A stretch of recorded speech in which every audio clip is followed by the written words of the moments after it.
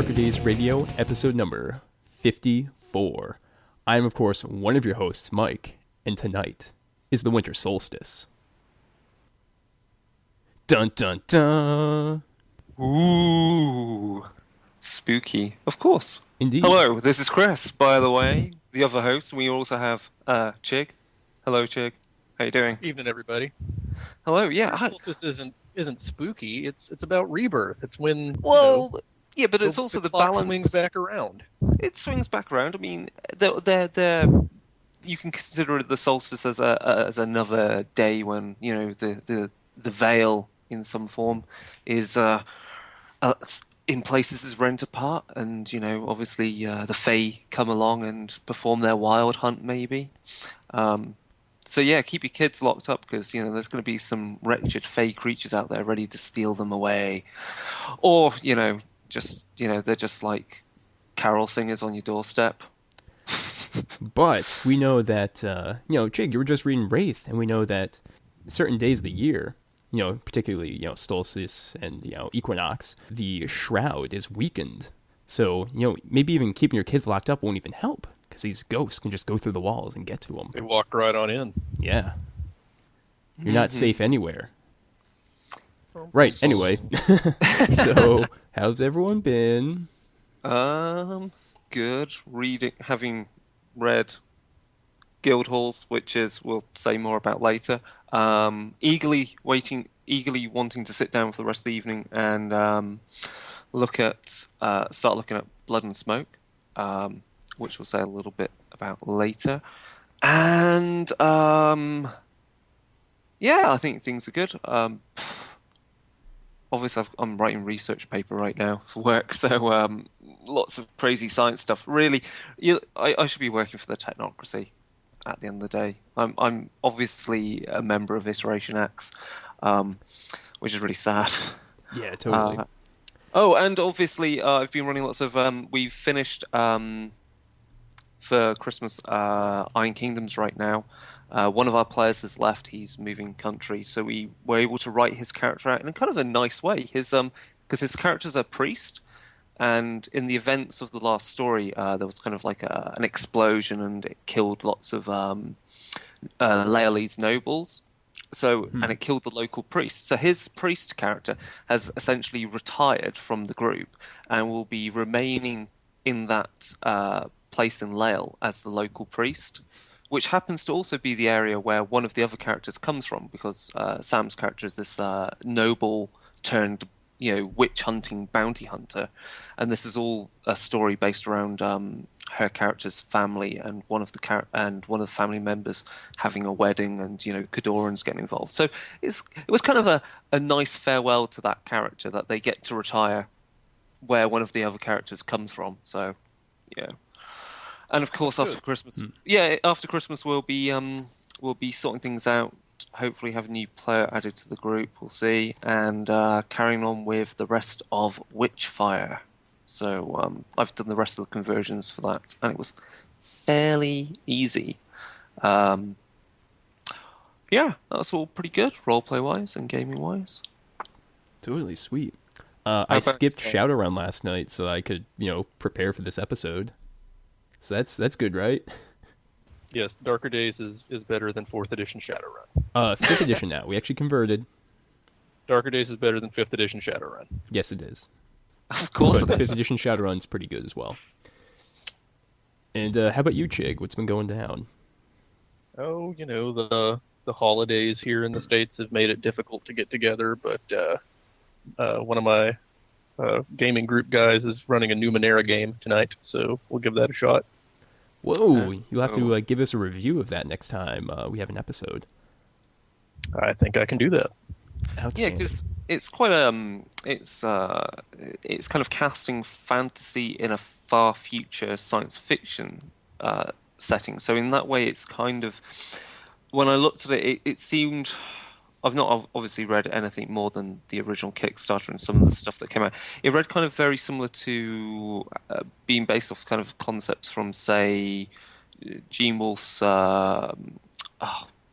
Damn, which series? Book The of the Long New Sun. Sun. Yeah, Book of the New Sun and Earth of the New Sun and all that kind of thing. So, yeah, it'll be interesting to hear about your gaming experience with that. Yeah. Awesome. Well, I will let everybody know So, how it goes. yeah, with that introduction, I think it's time for World of Darkness news.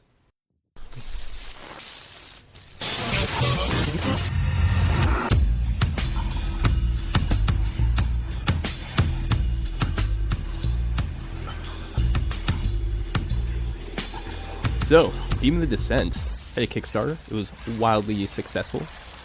Just 50 backers shy of Werewolf 20th, so a lot of people were really interested in this. And I think that, releasing 90% of the rulebook during the Kickstarter for people to check out was definitely beneficial. So I think also, of course, the two developers being on Darker Days Radio was a pretty big boost to their interest as well. So definitely good stuff. Oh, definitely. Oh, yes. And yeah, I'm having 90% of the book available to read, and it just, I think that really boosted the desire to have that book as a hard copy. So, and of course, a lot of stuff's come out of that. There's a hell of a lot of stretch goals they hit. They're doing an anthology. So, in the same way as Strix Chronicles and Gold Machine Chronicles anthology. So with that though, they're doing it slightly different. So it's kind of like it's an anthology, but they're seeds. So it's kind of like you get a story, but you also get rules to use the concepts and the things that appear in those stories in your game. And I think that's a really good concept because I think that makes kind of just reading, fluff, which people can quite often skip in World of Darkness books, kind of a more interesting to read because you're something like, yeah, that's actually something I can put in my game and I've got rules for it. And that's something I'm thinking about whether we should be doing more of for Forgotten Lore, is doing, short stories and adding rules around it. Yeah, it's definitely a good concept. And another cool thing that came out of that is, of course, the God Machine Chronicles condition cards, which is a neat idea that Chris mentioned the last episode. And, well, now we've got it, so awesome. Yep, that's really, really good. I will have to look in the new year. I'm mostly sort out getting a deck printed and delivered because it will be wicked. Yep. And Chigg, the last couple of days, we've had some pretty cool stuff coming out for Werewolf. So what did we get? I have actually received and has been shipped to all backers the Werewolf 20 Special Edition, as well as if you backed both, the Hunter's Hunted 20th Edition. Nice. Solid. So it is finally January and also May. Yes. And yes, they are gorgeous, gorgeous books. I have them right here with me. It was worth the wait and all the complaining I did. Excellent. Outstanding. And it's also pretty much just Christmas for Werewolf because we got Rights of Renown, the anthology book, and also Rage Across the World on PDF just came out. So a lot of stuff coming out for Werewolf the Apocalypse. Ooh. Also coming up soon because we had the reviewer voucher turn up in my email, so it's not long now, is the cookbook. That's not far off now. Yeah, it was just approved by CCP, so it's going to be coming out pretty soon. Yeah. Yeah, Stu Wilson's been pretty busy. I think they've all been pretty busy at Onyx Path. Cool. Was there anything else, Old World of Darkness, that was out I missed? Not particularly.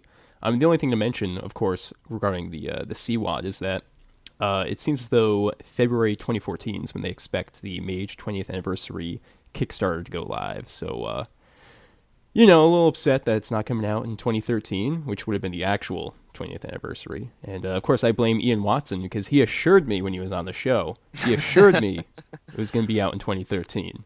So, yeah, I don't know. It's only 2 months late. That's not that bad.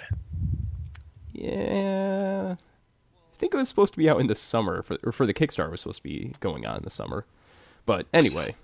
Even if it's a few months late, actually having the Kickstarter start, I think now they've done so many Kickstarters, I would like to think that you won't have to wait as long for the actual physical copies to finally arrive. Like, we've had Mummy turn up, we've had, there's been Vampire 20th, we've had Werewolf 20th, we've had Hunted 20th. So hopefully they've had plenty of practice now to that these the things that kind of slow down that chain of events is really reduced to random shit that happens and gets in the way. Yeah, it's definitely true. I don't think that Rich Thomas is sitting up in his Blackstone Tower cackling madly that, he's going to make Werewolf 20th come out a year late or something.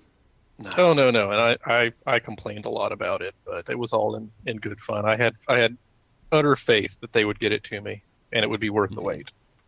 But then again, you never know. Maybe Rich Thomas is sitting in a black tower cackling madly. I have never seen Rich Thomas and a black tower in the same room, so it's possible. He pretty much just sits in front of a bookshelf filled with, World of Darkness books and clipping out toy soldiers, I think, if he's ever doing that. If he's ever Skyping people. That's what he did last time he was on Skype to us, so or on Google Hangouts. Yeah, so and of course there is another wonderful book that came out 2 days ago, 3 days ago? I lost track. No, not too long. Not too long. We now have Blood and Smoke, the Strix Chronicles out. And Mike, you've actually looked at it. You've given it a quick look over. Very, very brief. Yes. It'd be totally unfair to start talking about it on this show because I think while there's plenty of reviews heading out for it, I think it'd be nicer to really digest where Vampire the Requiem has moved to, how it's evolved, and how it's pushed itself away from Masquerade even further, so that it really is just even more of a different game than Requiem originally was. And so I'm looking forward to seeing what's in there. I'm kind of excited to maybe use the Strix Murder Chronicle to run Vampire the Masquerade. Use a new rule set. Because I think it's just going to give you this more accurate game to what the fiction of Vampire shows us compared to what the actual rules and actual gameplay sometimes results in. Yeah, I mean that's an interesting thing you say about that because obviously there's been jokey / serious responses to Blood and Smoke from the LARP community because of course these things really don't immediately translate into LARP play, and so stuff appears broken and so forth. But yeah, I'm going to start reading that book over Christmas. It's going to be great. Definitely. And you know what? Because it's the Christmas season and we're such nice guys and we have a whole lot of money sitting there in our little account, we're going to give away a free physical copy of Blood and Smoke, the Strix Murder Chronicles. Mm-hmm. Indeed. So our listener is going to be able to get a copy. Well, here's what we want you to do. We want you to send an email over to darkadaysradio@gmail.com answering basically what is the favorite clan, whether it be from Vampire the Masquerade, Vampire the Dark Ages, or Vampire the Requiem for myself, Chris, and Chigg. So, you don't have to actually get it right. Just, take a stab at it. Maybe make it funny. I mean, I'm pretty sure I'm not a follower of Set, but maybe you think I am. I don't know. I've seen you tempt a lot of people. Well, I sent you some pretty crazy text messages yesterday. It's true. This is true. Sorry, I just logged into our drive-thru RPG to actually just see how much we've got sitting there. Yeah. That's going to be really cool to give away. Yep, absolutely. Good. So I think with that, are we all done with the news? Yeah. I believe so. All right. So let's move on over to the classic World of Darkness. Classic World of Darkness. Long ago, a game came out. A game called Vampire the Masquerade. And it was a lot of stuff about vampires. But in there's a couple of gems as well that have echoed throughout the World of Darkness. And one thing is True Faith, which is really the first line of defense that was offered to mortal characters in the world of darkness. And in addition to that, we also had the Inquisition, the Society of Leopold, who really are the primary mortal faction that antagonizes the kindred themselves. Chigg, why don't we just kind of take a look and discuss how true faith and the Inquisition have evolved over the years, and get a good feel for, how everything started and how it can be used in your games, and look at inspiration from different editions. Think it's a good plan? Sounds great to me. Excellent. So, yeah, let's kind of talk about true faith. It's got this sort of air of mystery to it, in that the world of darkness, in many ways, is really unclear about it.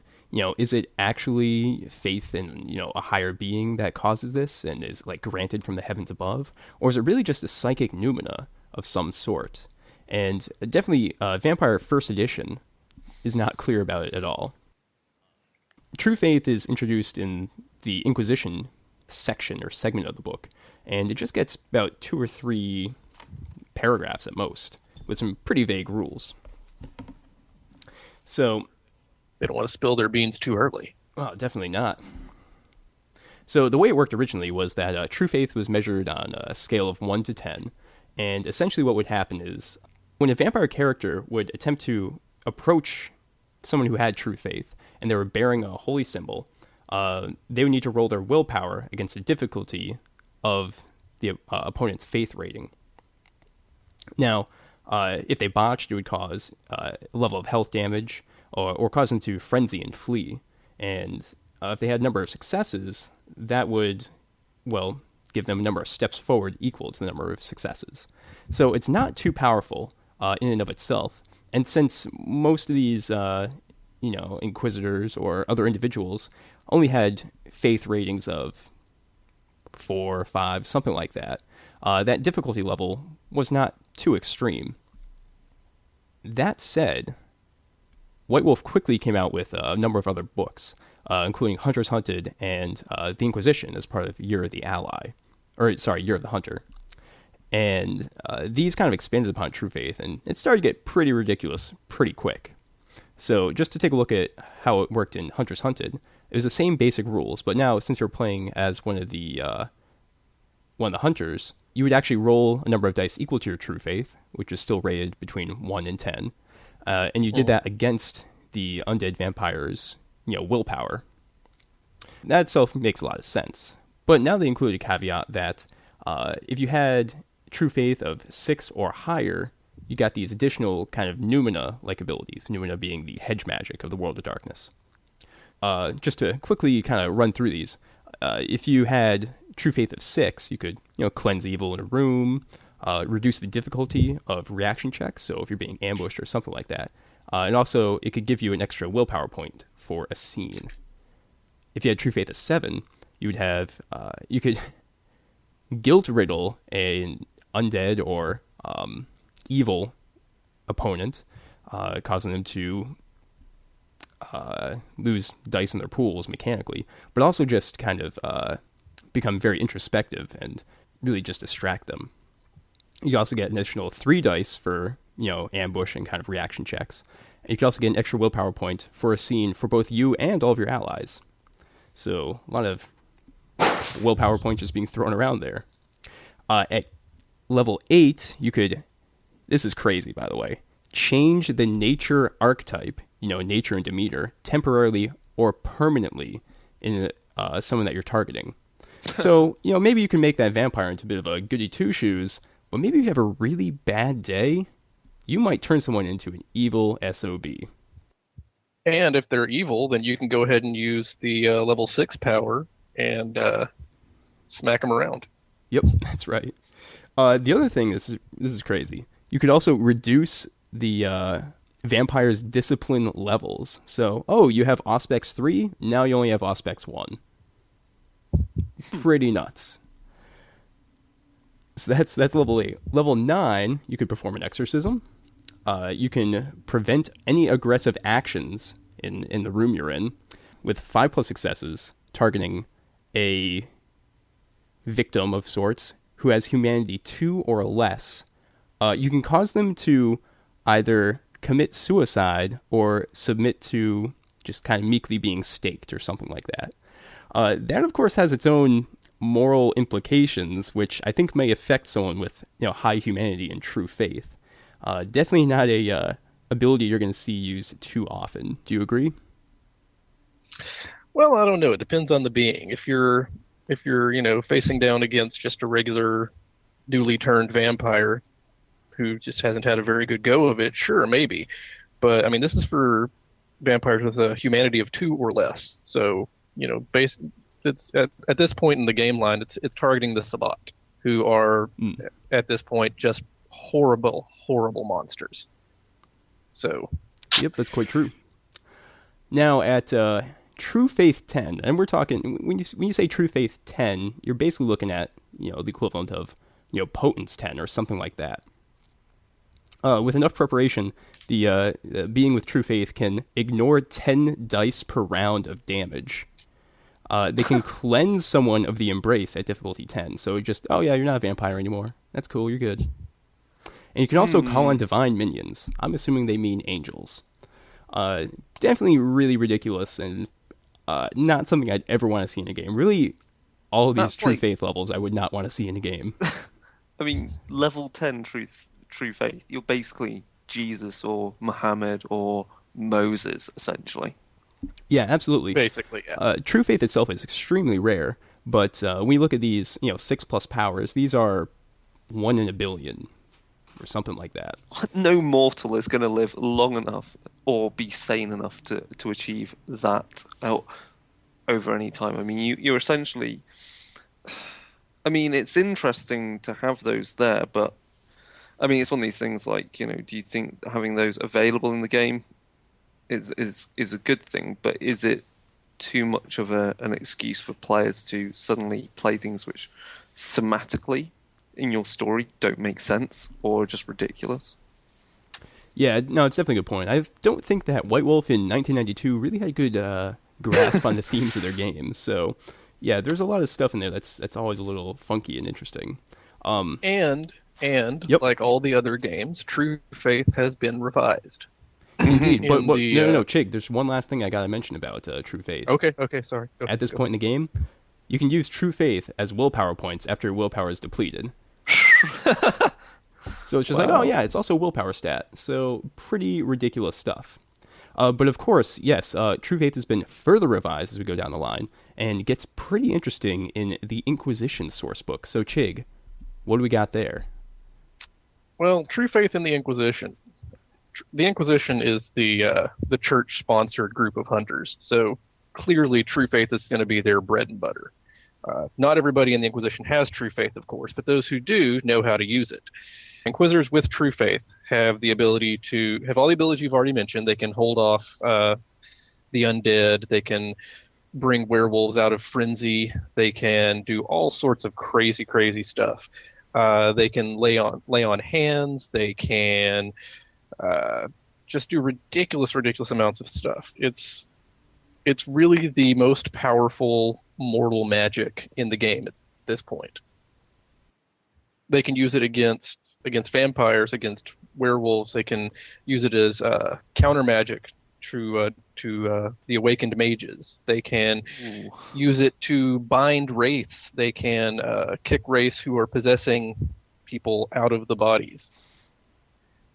And although there is not yet a demon game line, they can totally use their powers against demons just as they can against vampires. That's pretty incredible. It's fairly ridiculous. It is. Chigg, do you want to comment on like Theurgy at all or anything like that? Theurgy is another form of Numina. Just like any other form of Numina, you roll your attribute plus an ability.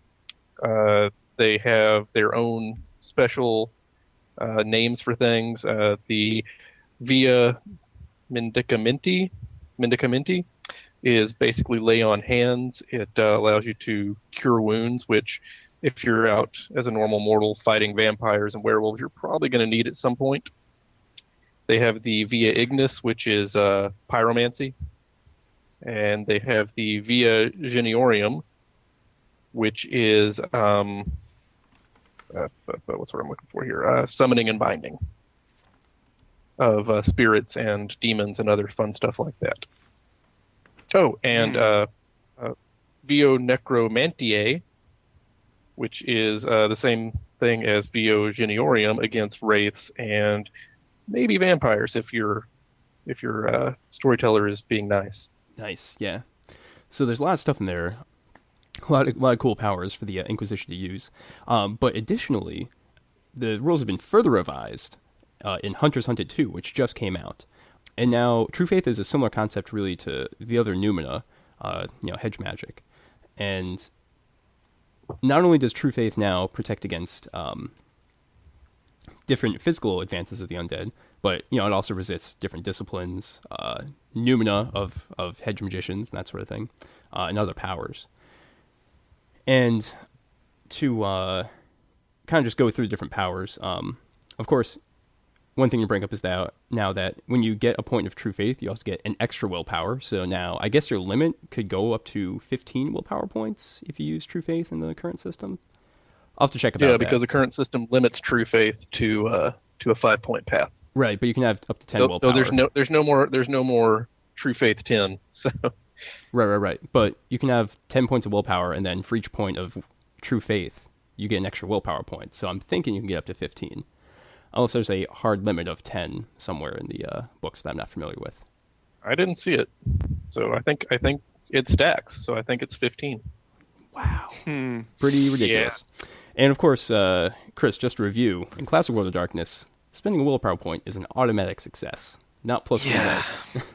Yeah. So it's pretty nuts. And you could spend more than one willpower point on a roll, if I remember right. I can't remember actually. No, okay. No. So it's useful for landing that hit that you definitely need, which, when you're an Inquisitor, it's pretty good if what you're trying to land a hit with is, say, a flaming log on a vampire or something that is on fire and you want to light them up. Yeah, that's pretty decent. Yeah, absolutely. So, the new powers are kind of similar to the old ones. Of course, the first dot is Repel Undead. And if you touch a vampire with a holy symbol or something, you do 1 point of aggravated damage. So that's actually pretty nasty, but you have to get very close to be able to use it. 2 dots is Detecting Vampires. Pretty simple stuff. 3 dots, you're immune to Chymistry, Obfuscate, and Mind-Altering Disciplines. Fuck. Pretty good. At 4 points, you cannot be ghouled, and you're unaffected by the Presence Discipline. Pretty good stuff. At 5 dots, here's the great one. If you start preaching or saying prayers, you can actually subject vampires to Rorschach, causing them to, flee and run away. Definitely good stuff. I also want to bring up that when you look at these powers for the new updated version from Hunters Hunted 2, the first through 4th dots are actually a lot like the second sight in Hunter the Reckoning, which is kind of an interesting thing to bring up. The second sight, of course, helps you to see monsters and that sort of thing, and also prevents mind-altering disciplines from being used on one of the imbued, and also they cannot be ghouled or turned into vampires themselves. They just cough up the blood, or in the case of the Embrace, they just die. And it's actually interesting the way they have it set up now as, 1 through 5 dots. It's actually very analogous to the New World of Darkness and the merit system they have. And as we were looking at before the show, Chris and I were scrambling through a bunch of books to try to see if there actually was an equivalent to True Faith in the New World of Darkness. And it doesn't seem like there is, at least not from the couple books we checked, Second Sight, Innocence. It doesn't exist as a merit. What you have more is the fact that, especially in Blood and Smoke, because I did a quick search in that, and then I realised that Blood and Smoke, which is the new book for Vampire the Requiem, has effects for that things True Faith, symbols of faith can affect vampires, because remember that vampires, as they gain in blood potency and so forth, and they have bad things happen to them, gain banes.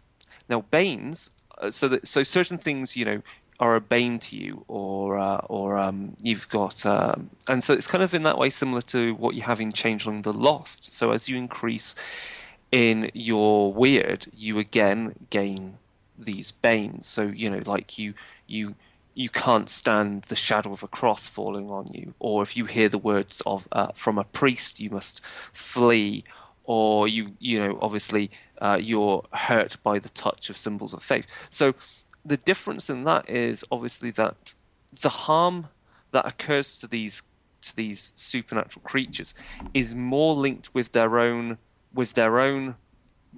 internal view of their own internal kind of like corruption of their soul, rather than a given person's faith. Indeed, yeah. So it is quite a bit different. But it's very interesting to look at the New World of Darkness, and you don't see anything, equivalent to true faith, where really the core mechanic is that you just keep a vampire or some sort of undead creature away from you by brandishing a holy symbol.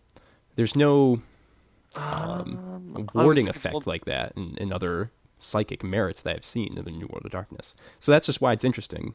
If you keep going through the rest, I'll just do a quick search of course, my Hunter the Vigil PDF, because I was thinking, hold on a minute, there must be something in there, or in Night Stalkers. So, you carry on, and we'll get back to this. Absolutely. Stick a pin in it. So, yeah. Chigg, True Faith, of course, changes in a lot of ways when you go to other game lines outside of Vampire. So, how does it kind of work in Wraith? It's not exactly True Faith, is it? Well, Wraith, unless I'm mistaken, came out before the Hunters hunted, so it doesn't really have a lot to do with the Hunters. However, in Wraith, there are ways to ward an area against ghosts coming in, and there's the ability of Forbiddance, which is exorcism, basically. And wards and forbiddance are both willpower rolls, and as we've already stated, faith increases your willpower and makes those rolls easier since you have more dice. So, if you have faith, you can call upon your faith to ward against wraiths and forbid them from possessing somebody. That's really the only thing in the Wraith game line, though.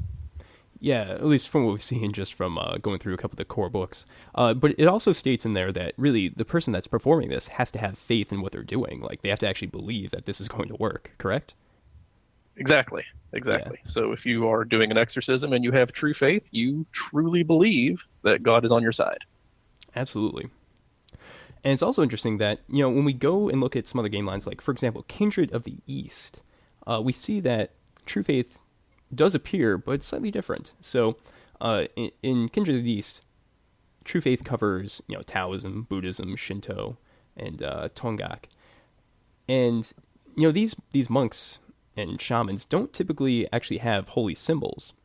So they actually kind of just write that out of the rules. It's not required. It just has to be them praying or really focusing on the evil spirit at hand. And the mechanics now, of course, are that they roll their faith against a difficulty of the Kuei-jin's Po stat. And on 3+ successes, that just means that the evil spirit in front of them, feels shameful and runs away. They feel bad about themselves and the things that they have done. Yeah, kind of. And powerful holy men can seal a sight against evil, which requires a Po roll to enter. So it kind of follows some basic trends in Eastern mythology.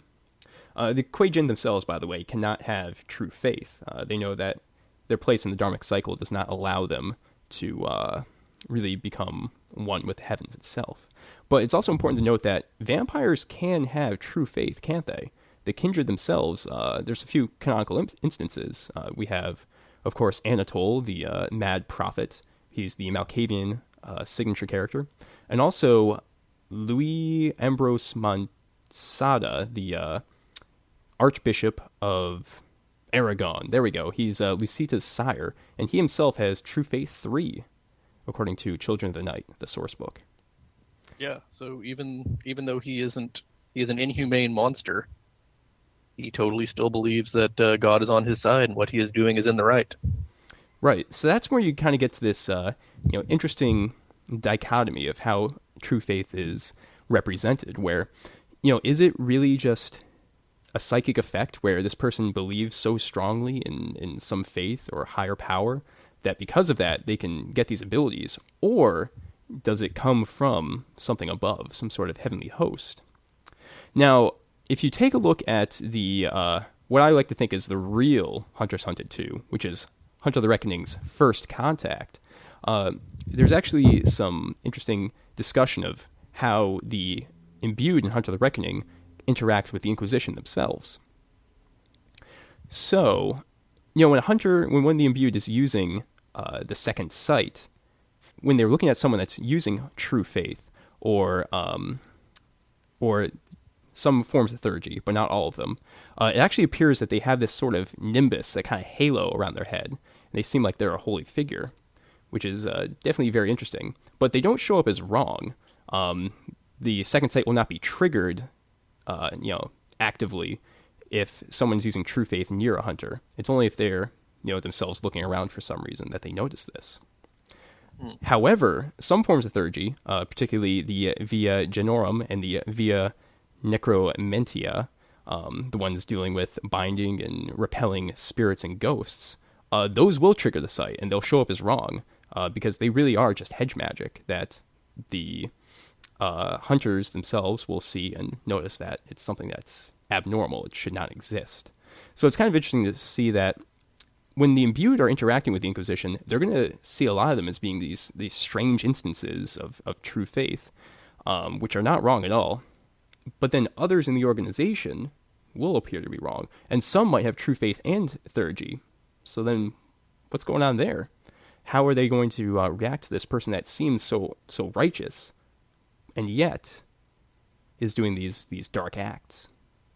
That makes sense in the context of the imbued, because unless I'm mistaken, and I may well be since I was not a big Hunter the Reckoning player, unless I'm mistaken, it was eventually revealed that, yep, they were totally imbued by for really real angels of God. And if you have true faith in the higher power that they were imbued by, then, yeah, they're not going to be pointed in your direction to come smack around. Yeah, spoiler alert, Chigg. Jeez, you just revealed the big mystery of the game line. I know. It's been 20 years or so, but yeah, exactly. That's true. That was revealed in, I believe, the Storyteller's Handbook, and honestly, it was probably one of the worst ideas of the game line. It really should have just remained a mystery, kind of like the mists in Ravenloft, the dark powers. We don't know what those are, and it was always stipulated that Wizards of the Coast, TSR would never reveal what the dark powers were. And it really should have been the same thing for Hunter the Reckoning, that the messengers would never be revealed. Because there's a lot of very interesting discussion of, what these really are. Are we actually crazy? Are these angels? Are these, in character, it made for a great mystery. Yeah, it does. And, yeah, I think that they kind of jumped the shark when they revealed, nope, it's just angels. Yeah, absolutely. Just angels. Just angels. Yeah, there's something about when you reveal, oh, it's angels. I mean, it's that kind of absolute answer. I mean, in some respects, that was kind of, when you look at like Demon the Fallen, that's kind of also the problem with that, is it gives you such an absolute answer, which then, if you're kind of playing where you like to use the entire World of Darkness as elements from it in your games, it kind of makes it a bit weird and hokum how you have true faith and angels and demons, but then you've got like mages and the I can't even think of the name of them, but whatever the left-handed path was at the time, Nefandi, there we go. Yeah. Yeah, really, you have to be careful with when you look at like a novel or a TV show. A lot of times they have that terrible secret of space, that crazy mystery that's going to be revealed by the end of the show, and you're like, whoa, that's so intense. And it's so awesome when that's revealed for you as a viewer. But in a role-playing game, I think it's a lot better to keep that mystery open, so that, for example, with the messengers, we don't know what they are. It might be revealed in your game, and then your players are going to be like, whoa, that's awesome. But then when you go back and you run a different chronicle, you might be able to change it. You might be able to explore something else or have some different assumptions with it.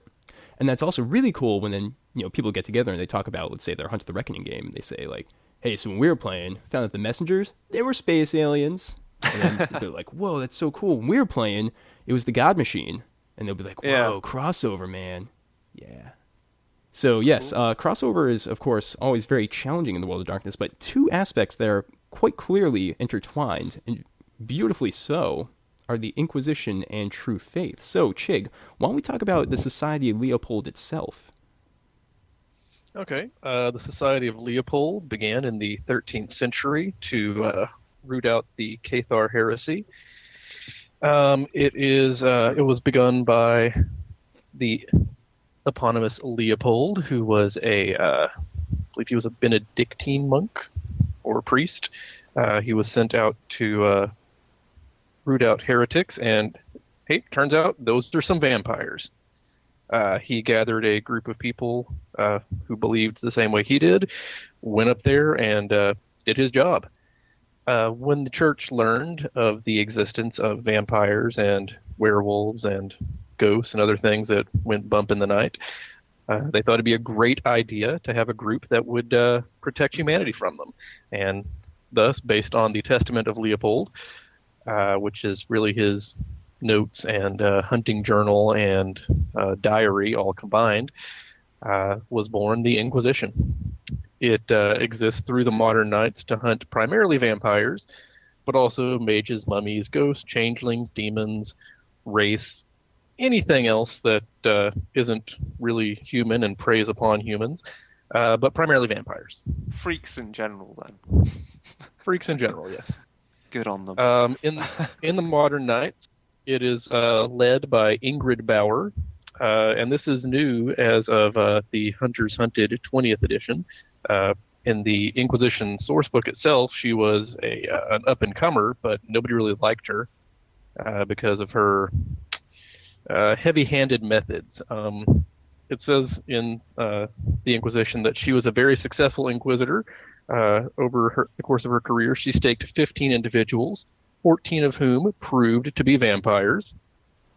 Nice. So she is yeah, I thought that was a nice little touch. And she's now in charge of the organization. The organization itself is split into 4 main groups and a whole lot of little subsects. The 4 main groups are the Condottieri, which is the internal protection and security group. If you have a group of inquisitors, you don't want their home to be invaded by vampires while they're all out hunting vampires. So it falls to the Condottieri to guard the guardsmen. There is the Gladius D, the Sword of God, which is a kind of a knighthood within the order. They are the super badasses of the Inquisition. They have never had a mission that they undertook that was not successful. There is the Office of the Censor, which is the group who they are the Watchers of the Watchmen, basically. They look through the Inquisition itself and root out any heresy, any groups who are not doing as they should, anybody who is, harboring witches or whatever, because the woman currently in charge, the aforementioned Ingrid Bauer, is not a big fan of the other Numina, the Theurgists. And finally, there is the Order of St. Joan, which is a group of nuns, and entirely female, of course, since they are nuns.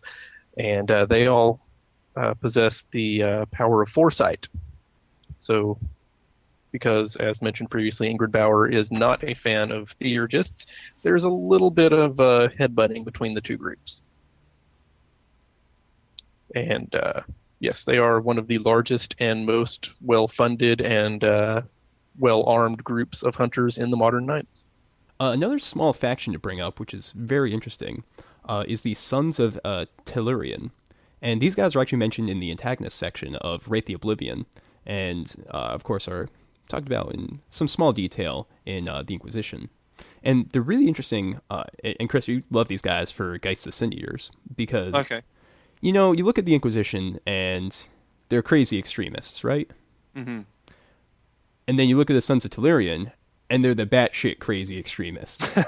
So these guys, of course, frequently challenge the ghosts and wraiths of the classic world of darkness. And they've, they find these small individuals and really convert them into being these crazed people that really just need to hunt the dead, the ghosts. and really remove them. They really just have this single-minded aggression against them.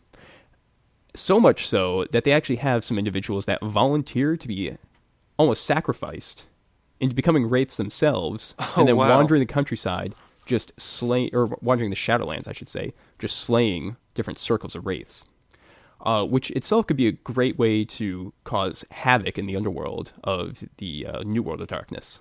That is quite interesting. That would definitely fit in with maybe an excellent group to transplant straight into as a conspiracy for Hunt of the Vigil. Yeah, absolutely. Which I just did my little bit of research on, looking at True Faith and everything for New World of Darkness. And obviously in Hunt of the Vigil, there is the Malleus Maleficanum, which is obviously a hunters group which has its roots in Catholicism. And of course, they have a range of abilities that they can use. Generally, they will come under the term endowments, and these ones are called benedictions. And so these are all a class of abilities which do various things. So they're more like rituals, and they seem to take, either they'll be reflexive or, they take some time to perform.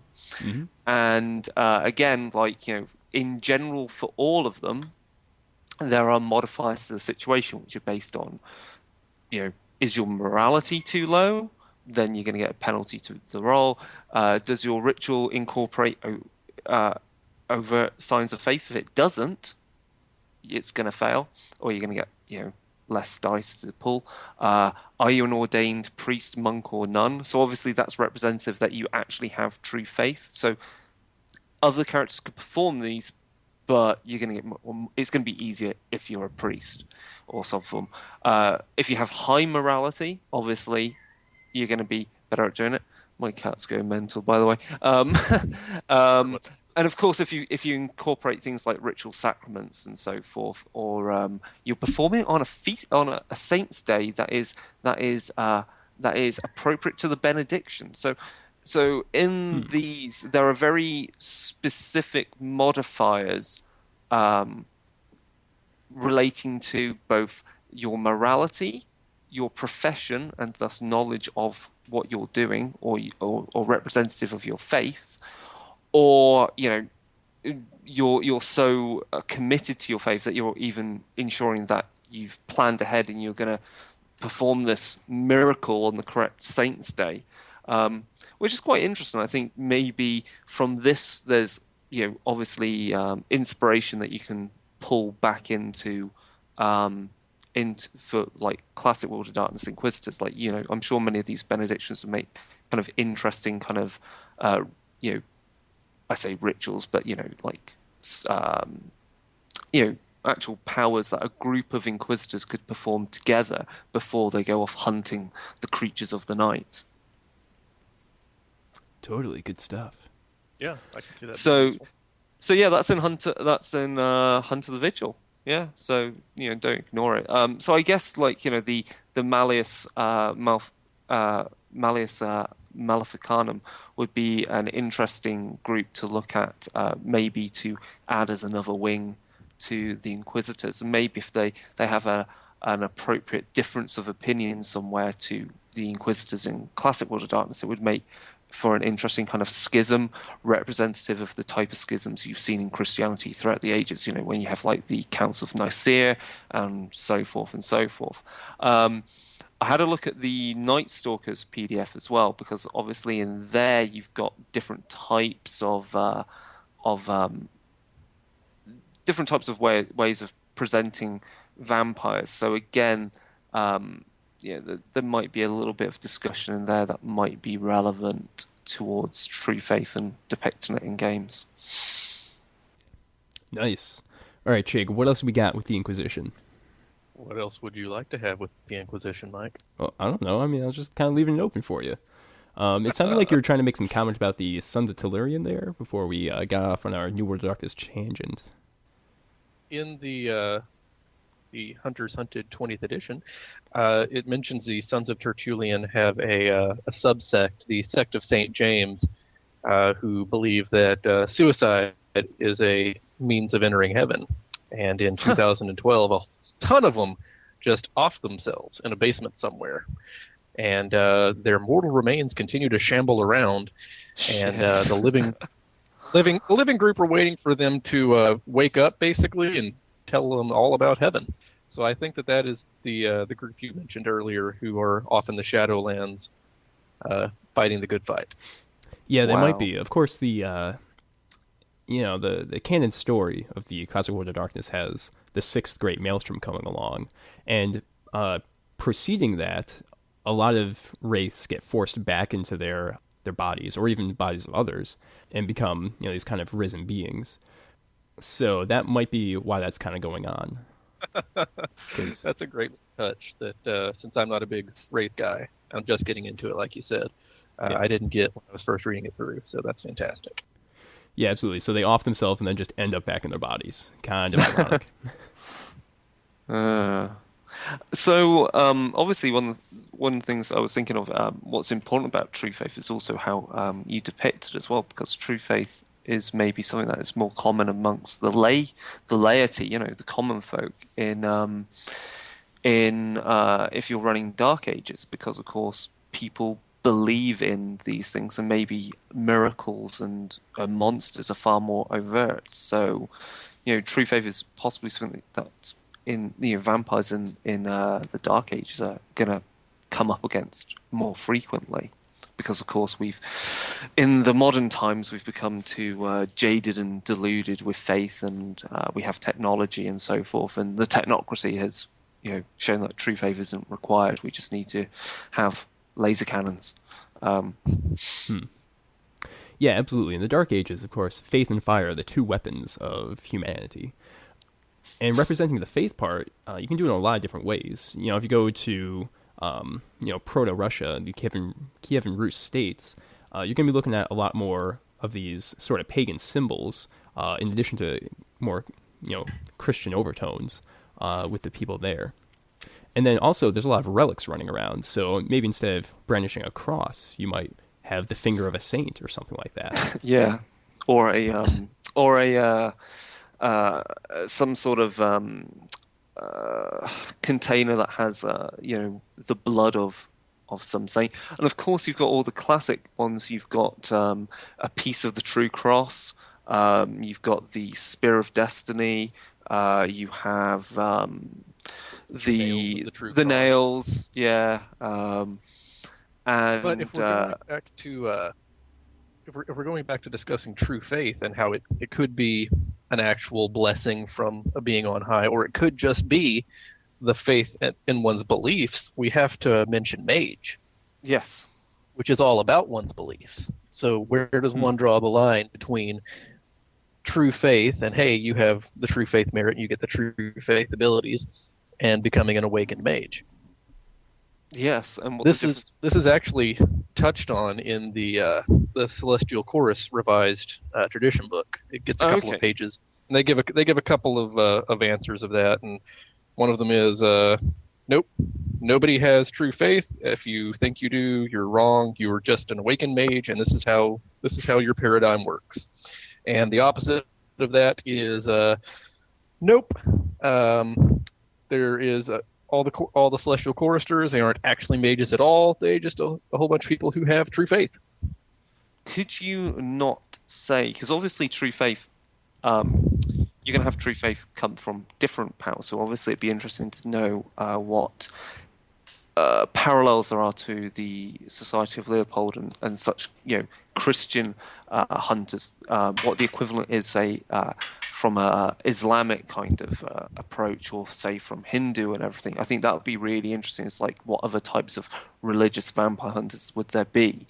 And what that makes me think about is obviously, well, surely then even followers of what you would consider traditions. So be it something that's the like more pagan verbena like, or something like something that relates to the Thanatos. So could you say that true faith, in some respects, is the mortal equivalent, the tradition mage equivalent of how they can empower mortals in the same way that, the technocracy hands out this experimental, phased cannon to an enlightened mortal, non-awakened scientist. And of course, they have a faith in the science. Because obviously they're being told, this works, trust me, we've got all the R&D on this works.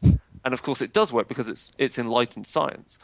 But the scientists, because they are just a normal mortal, they're not awakened, they don't understand the science, yet they have faith that there is an element of faith that the research behind this phased cannon has had peer review. So is that what is true faith?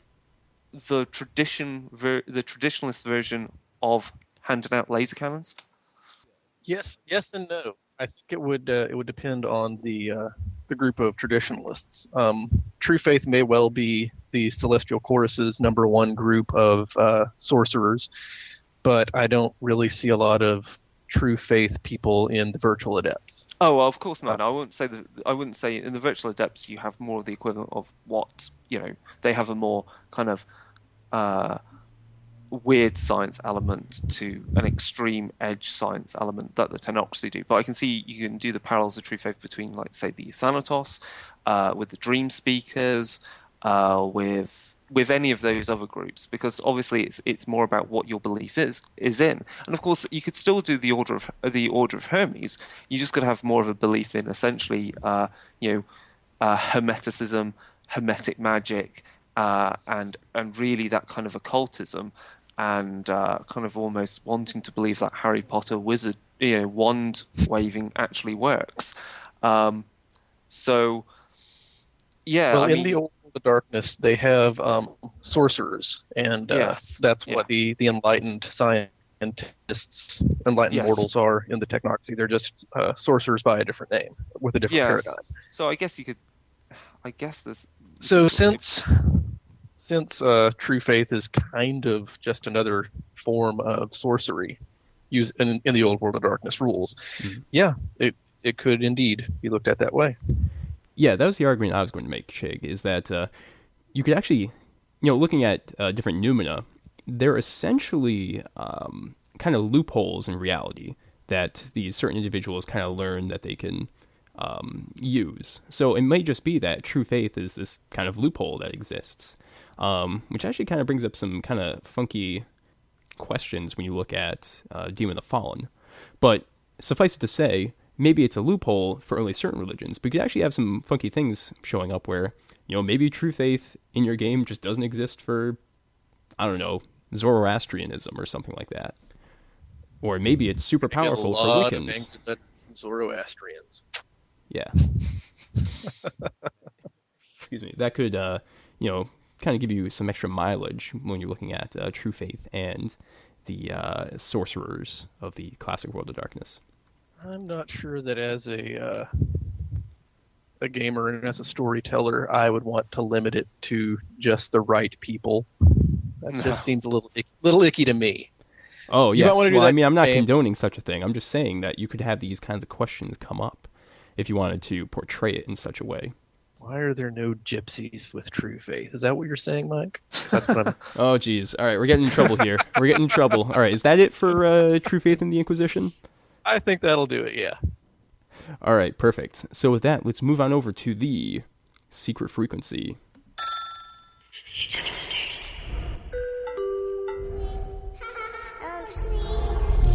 I want money. It was a cold winter's night when the devil came to Devonshire. Most place the date at February 8th, 1855, but even this has an air of mystery to it.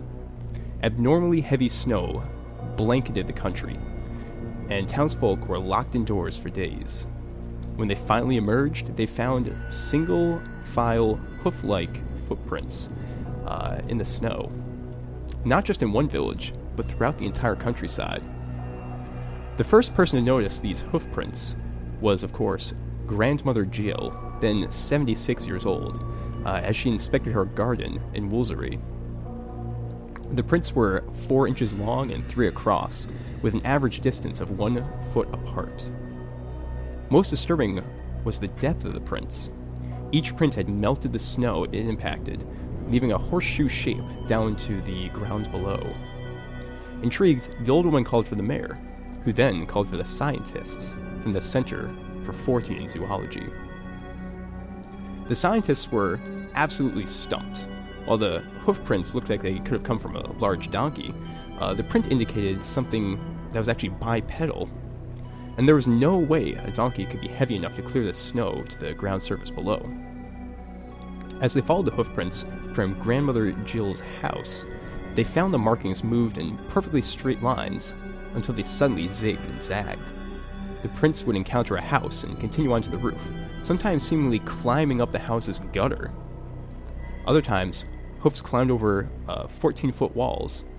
All told, the zoologists estimated that 40 to 100 miles of these marks had appeared, seemingly overnight, unbroken by any physical obstacle. The local townsfolk were dismayed, blaming the local church for letting the devil into the community. The church itself had recently changed its prayer book and style of mass, so you never know. Others looked for more mundane explanations. A few suggested that an escaped kangaroo had gotten loose. Others thought that it might be an experimental weather balloon that had broken loose in a storm. Others blamed pranksters. But wouldn't someone have noticed the bright lanterns wandering through the snowy night? One historian did discover a similar phenomenon in Devonshire nearly 6 centuries before. It was a warm summer's night when a violent lightning storm suddenly appeared, electricity raining down and scorching the land, leaving hoof-like prints in the soft earth. Whatever the case may be, the devil's footprints did not appear because of any ordinary phenomenon. In the world of darkness, the hoofprints could actually provide a lot of very evocative inspiration.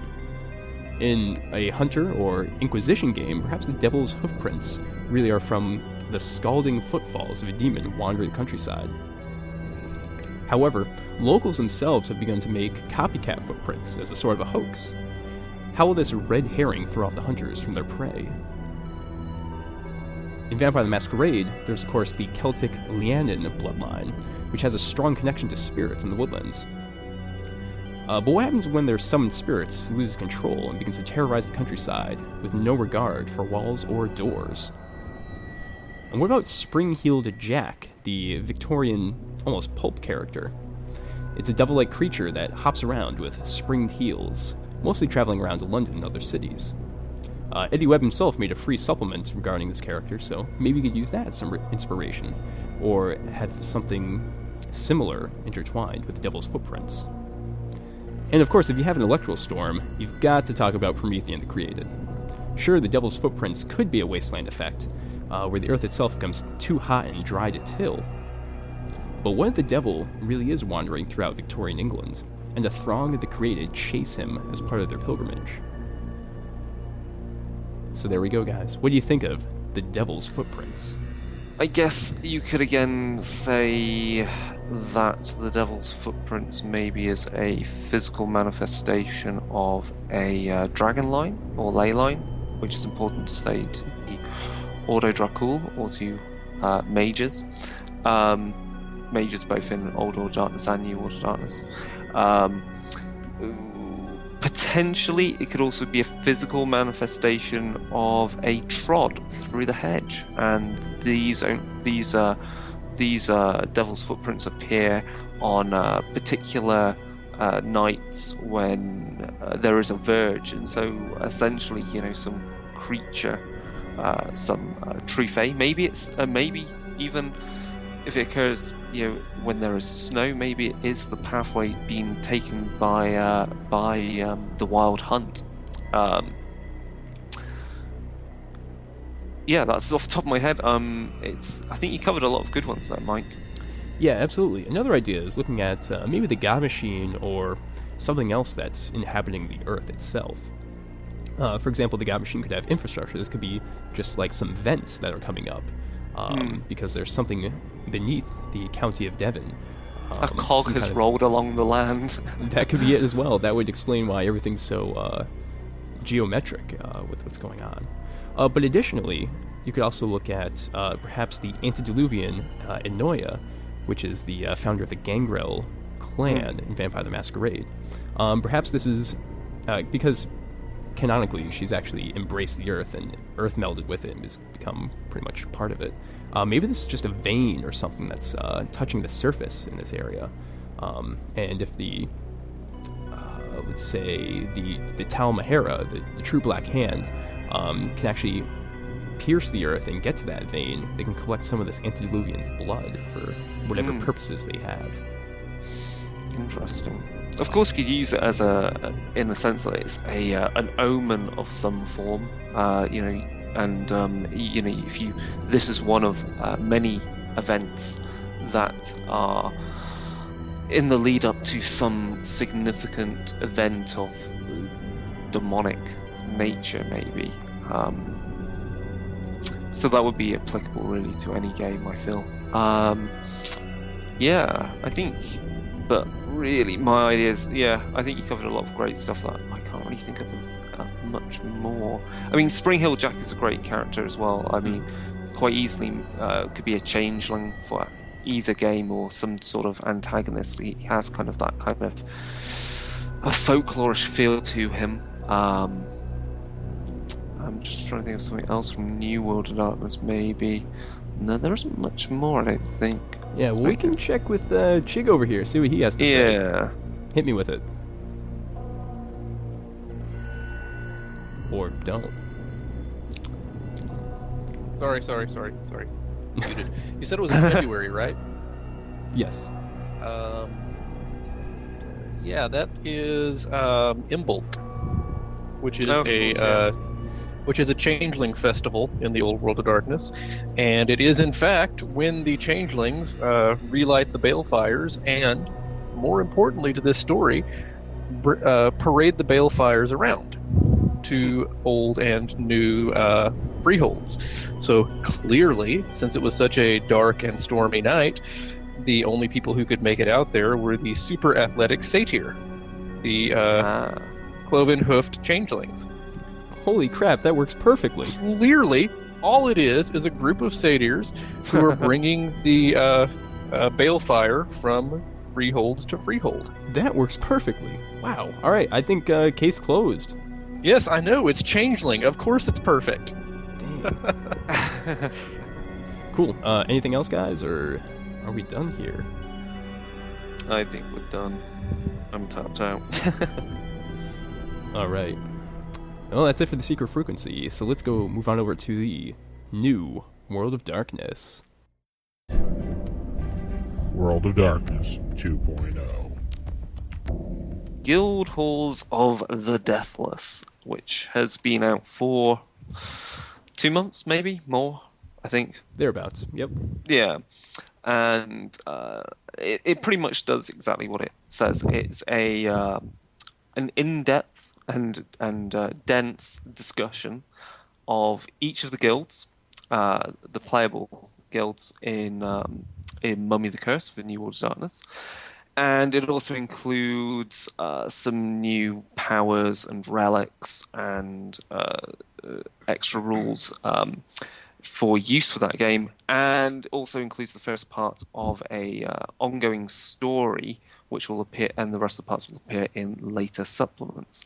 But I think we should really focus more on the guilds themselves, because the information, of course, we have in the Mummy the Curse book is, you get like 2 or 3 pages per guild, and they try and compactly and efficiently describe what it would be like to play as one of these guilds, and what their beliefs are, what drives them, and what they fear, and why they do what they do.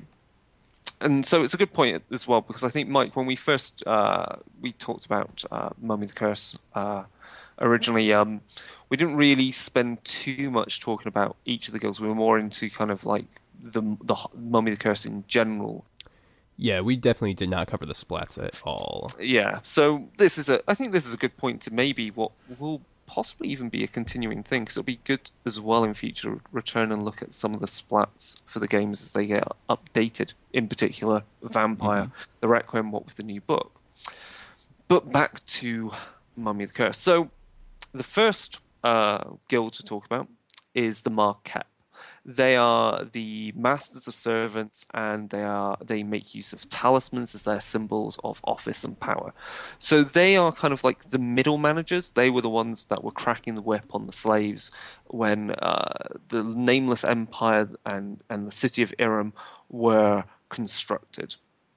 So they have very much a belief of unity, of having the entire city and empire working together. So they originally started out as, basically as middle managers, serving the other guilds, and of course the Shaniatu, the masters, these master necromancers of the Nameless Empire. But of course, one of the main things now in the more modern ages is that the Marquette are also looking to prepare the world for the restoration of Irem, for the return of the Shaniatu. And so this means that not only are they middle managers, they also, and helping the other guilds, they have a higher goal of maybe controlling the world as a whole. They also make a big deal of keeping an eye on the trade of antiquities and return them to the Duat. So they get really into the guts of society and controlling it, which really which shows that they are above humans, but they're not above their ultimate masters who reside in the Duat. Now, of course, as a guild, you would think as middle managers, that's all they do, but they've evolved over time. And so one of these evolutions is the fact that they also see themselves as part of their role of not just only helping the other guilds. So obviously, you have one of the another arisen that this Marquette helps out is, say, one of the scribes, and they're more interested in like noting down history and events in their city and ensuring that they have a record of what's occurred or what should have occurred. They don't have time to deal with the stuff where they need their cult to go off and reclaim a text, because they're not really into getting their hands dirty. But they've got a Marquette who helps them with those sort of things. So the Marquette get their hands dirty for the other guilds. Though this serves a dual role, it also means that they can be as close as possible to the other guilds, so they can watch them to root out, so they may be better able to root out heretics. So, of course, the ultimate question of the Marquette is who watches the Watchmen. So ultimately they want all the other guilds to feel like they are servants when actually they are the Watchers.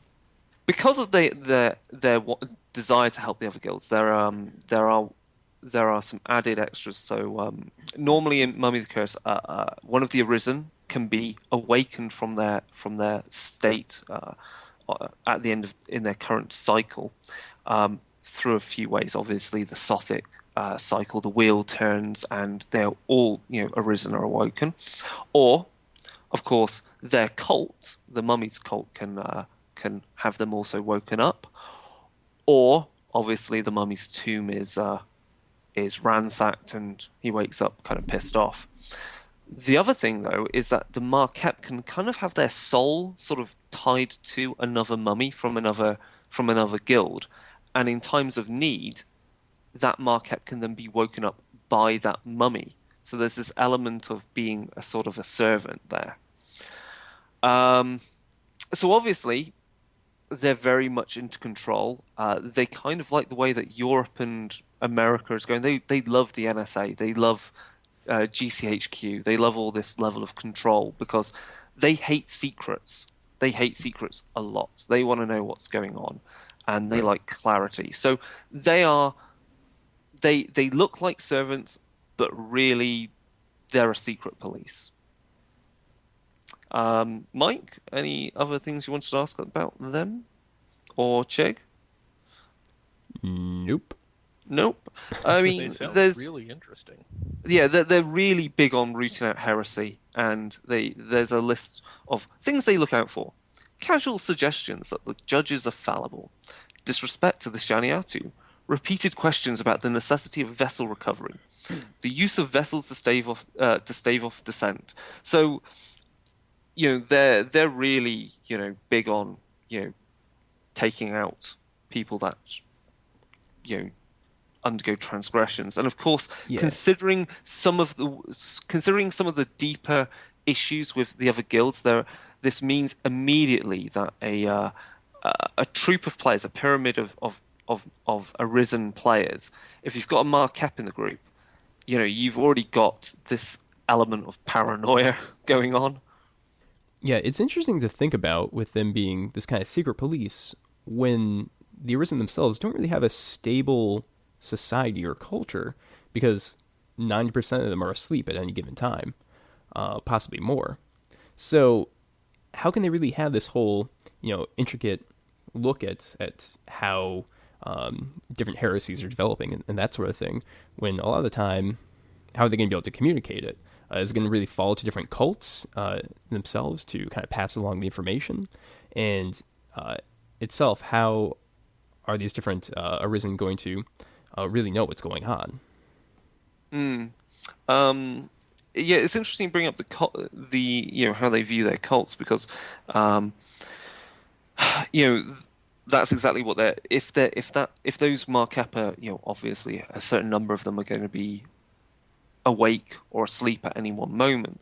So there's a level of trust in their cult being watchmen for them, and slowly gathering evidence and not taking action until there's enough either to cause concern and wake up their master, or wait for the right Sophic cycle or some other event.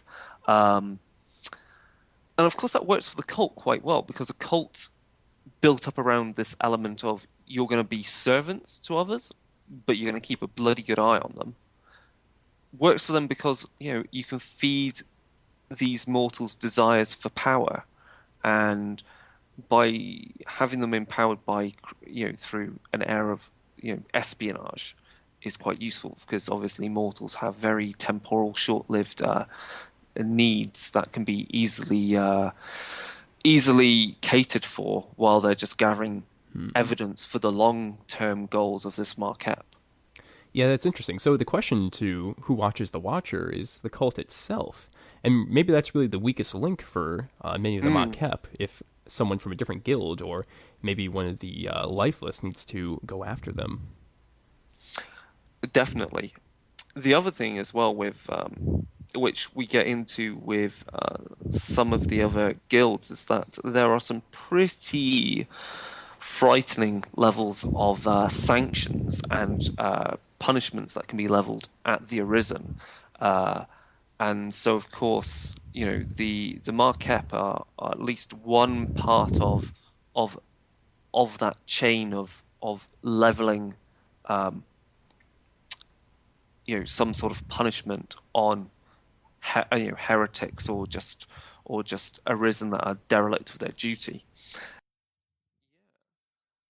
So that's pretty much, I would say, is pretty much that. They're big on information, they're big on transparency, and so I guess they kind of see the cycle of ages, in the sense that in this current age, it's almost like what has fallen will rise again, in the sense that they went from a period where everyone was unified under the Shaniatu back to now an era where people could be unified under a global kind of government, because of the amount of technology able to enable that. So in that respect, they have a very kind of panopticon kind of feel, which you see panopticon being actually a pylon of one of the ministries for the Seers of the Throne. So there's some interesting parallels to be made. We'll move on to the next one. So we have the Mesa Nebu, who are the alchemists. So obviously they don't feel that Irem is gone. They just feel that it's partway through a cycle of transmutation. So everything in the world is in a state of flux and is a lesser form of the true empire that Irem represents.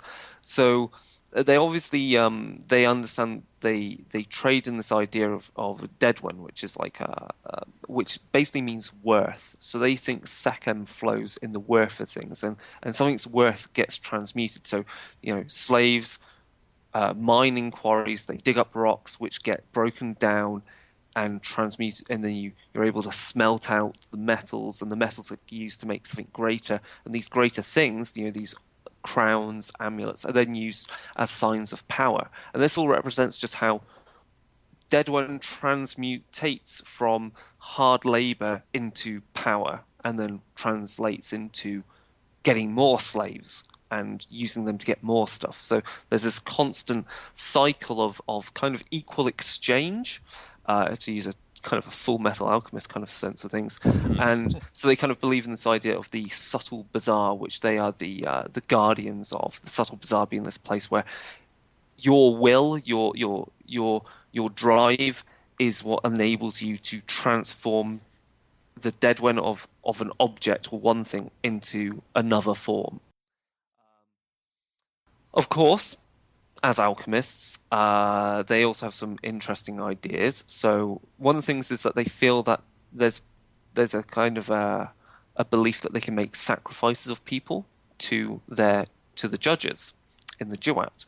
But there's no actual sign this actually does anything for them.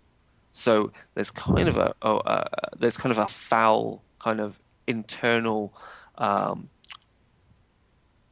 would say, rituals born out of superstition. The other thing is they're quite happy to steal relics of others.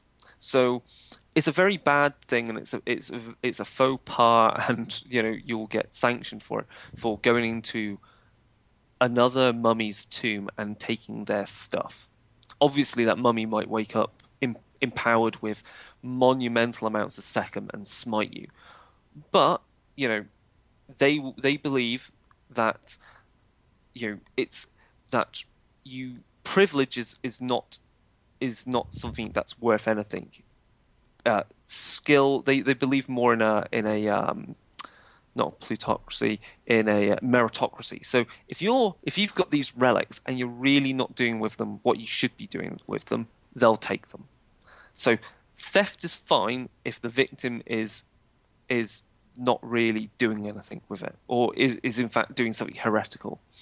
So obviously their ranks in their society represents different levels of control. So they're all about they like understanding the supply chain of a company, of a country, of a society, and so their ranks represent this. So at the lowest rank, you're doing the bog standard, understanding where raw materials come from, and in some cases, the raw materials actually means information, and then you passing it up the chain, and this represents the transmutation of information or of Sechem, of Deadwen, and this transformation into something that can then be used and put into action. And of course, their ranks also mean that they play a particular role in creating cults. So those of lower ranks are more involved in recruiting people into their cults. So their cults are very much based around materialism and economics. That's pretty much them in a nutshell. Let me just flick through the PDF. Anything else you guys want to say? I really like these guys. Their whole prosperity gospel cult thing, I can totally see that working out really well in the modern world. Yeah, they love the modern world. Because obviously there's even more stuff, more materials they've never known about. So Deadwen has taken even more forms that they've never considered. Deadwen is now takes form in the internet itself, and it's a very complicated thing. And of course, they believe they have the will to to change it, and here's another thing. They also believe that Sechem then, and thus an expression of worth, also can not only just manifest in objects and things, but also in people. So they're very much into like identifying these people, which of course leads into the whole sacrificing people to the judges kind of ideas. So they're like, "Oh, you're a wonderful artist. I really love your art." And their art turns out to be actual, uh, items that Sechem has coalesced into. But they think, "I won't just take your artwork and return it to the Duat. I'm gonna return you to the Duat." Only the best things for the gods. Only the best things to the gods. Obviously, this means their tombs are quite gaudy with the amount of stuff they've collected. And yeah, that's pretty much them in a nutshell. Theft of property is their idea. Spend as necessary. They have various degrees and mentorship, as I said. And of course, they have certain views on the other guilds. So the Marquette, they love the Marquette. They go out and get stuff for them, and and then they can do the transmutating.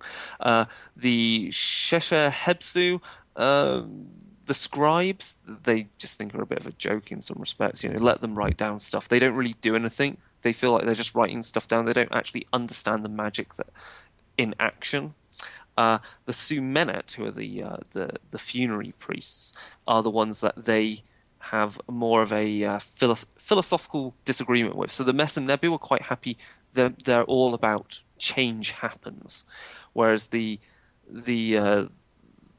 Sumenet are more like, we are eternal. And of course, those two ideologies rub up against each other a lot. Of course, they see the Masonic Guild, the Tef Abhai, as more of an offshoot of themselves. So yeah, there's some interesting stuff there, and they're quite interested in obviously the Shuangsun, who are like the what's their term? The unliving, isn't it? I think they're called, or the lifeless. Sorry. Yep. Yeah. So they're interested in kind of the magic that's created them, and of course, there's also an interesting thing to be seen between the alchemists and the deceived, the lost guild.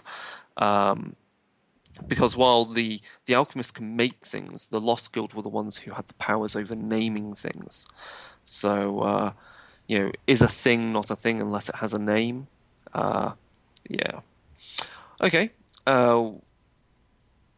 We can move along then to, of course, the next group, which is the scribes, the Shesh Hebsu. So obviously they keep a written record of the history of Irem and of the world, and also keep a written record of the law of Irem. Now, the important thing with scribes, you think the law, well, that's all about morality. Well, the idea of morality and truth, and the Egyptian term, the goddess Ma'at, that's actually complete counter to what the scribes are all about. The law of Irem is not about fairness. The law of Irem is about how you should conduct yourself before the judges and the Shaniatu. So the law is not moral. It's about knowing your fucking place. Which really makes them quite interesting, because not only are they the scriveners, the people that write down where Irem's relics are, and where the cults are, and what power the cults control, and where in the world all the Arisen are, and what things have happened. They're also the judges. They're the ones that will look at a case of heresy, or look at a case between conflicting Arisen, and they're the arbiters. They're the ones that lay down the law. They'll look at precedents, and they'll basically they keep the word, and that's important. So to them, words are the thing that empowers their magic, but it is the will, which is what the Lost Guild had control over. The will is the thing that allows you to name things and create new words, and thus new magic. So the scribes, while it's not open to the other guilds, are interested in slowly recovering the secrets of the Lost Guild, which of course means there's the danger that the scribes are going to fall foul of heresy. The other interesting things is the scribes are not beyond writing down history as it should have been. So they see that what they're recording, it also not only is a record of what should have happened, it's what should have happened so that you learn from it to direct the future. And so they're not just about writing. This relates then, I guess, about the fact that they don't see the law as truth. They're more about interpreting the law and history for the benefit of the Nameless Empire and the judges. Which means this all kind of manifests metaphysically in the idea of the Scroll of Ages as being this sort of god almost that they're constantly adding to, that they're always recording things upon, and that this Scroll of Ages is sort of a path of destiny that they're helping to direct based upon what the judges direct them to write. So again, the Scroll of Ages is absolute and it's not moral. So yeah, that's them in a nutshell. How do you feel about those guys? Well, not specifically about the Sesha Hebsu, but looking at the different guilds that we have here, it's kind of interesting that with this source book, how it's written in, they all kind of have these, points of conflict that are worked in, and how all the other guilds may, have problems with them. For example, the Motcap with them trying to root out secrets and all that, and the Mesen Nebu with their stealing of relics. And the Sumanet as well have their own proclivities for heresy and the like. So I think that was a very good decision from design, really to bring this conflict in between the different Arisen, as well as the conflicts with their, exterior antagonists and that sort of thing. The interesting thing as well with the scribes is that they are possibly the one guild that has the most amount of knowledge collectively about apotheosis. So apotheosis is essentially how one of the Arisen can really break from the cycle of the descent.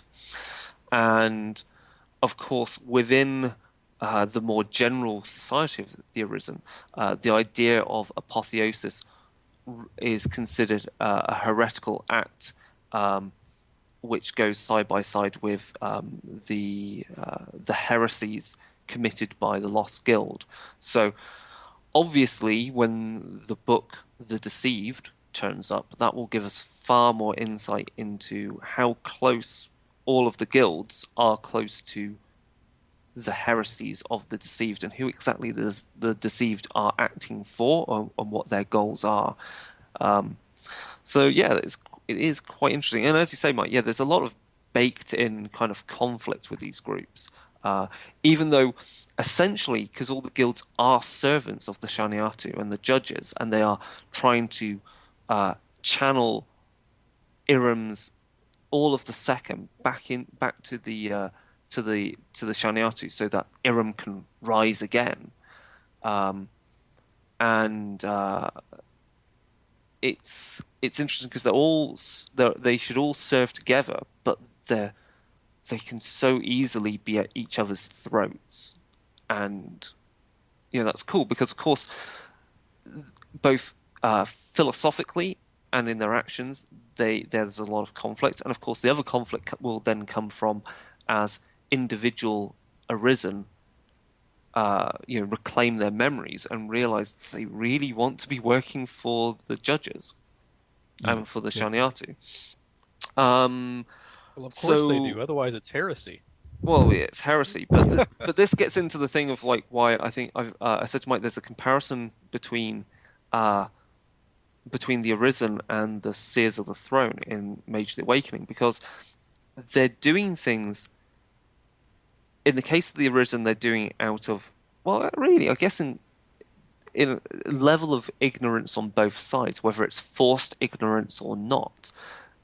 They're doing all these things where they're trying to control the world out of the faith in their heart that they will get rewarded for it.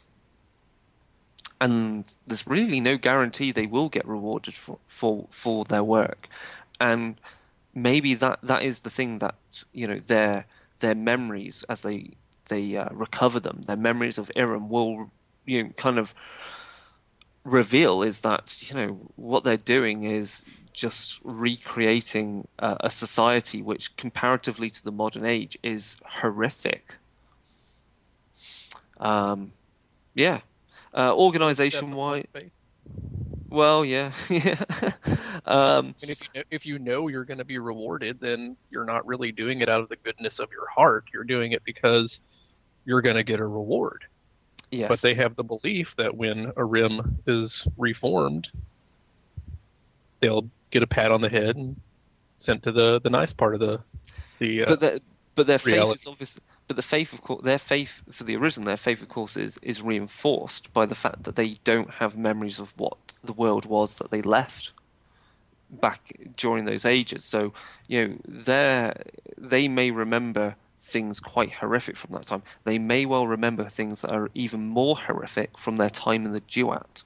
They may well suddenly remember their time between cycles, where they were before the gods of the Duat. They were in the kingdom of the Shaniatu, and they may remember that actually the people they work for are despicable eldritch beings that shouldn't actually even return to Earth.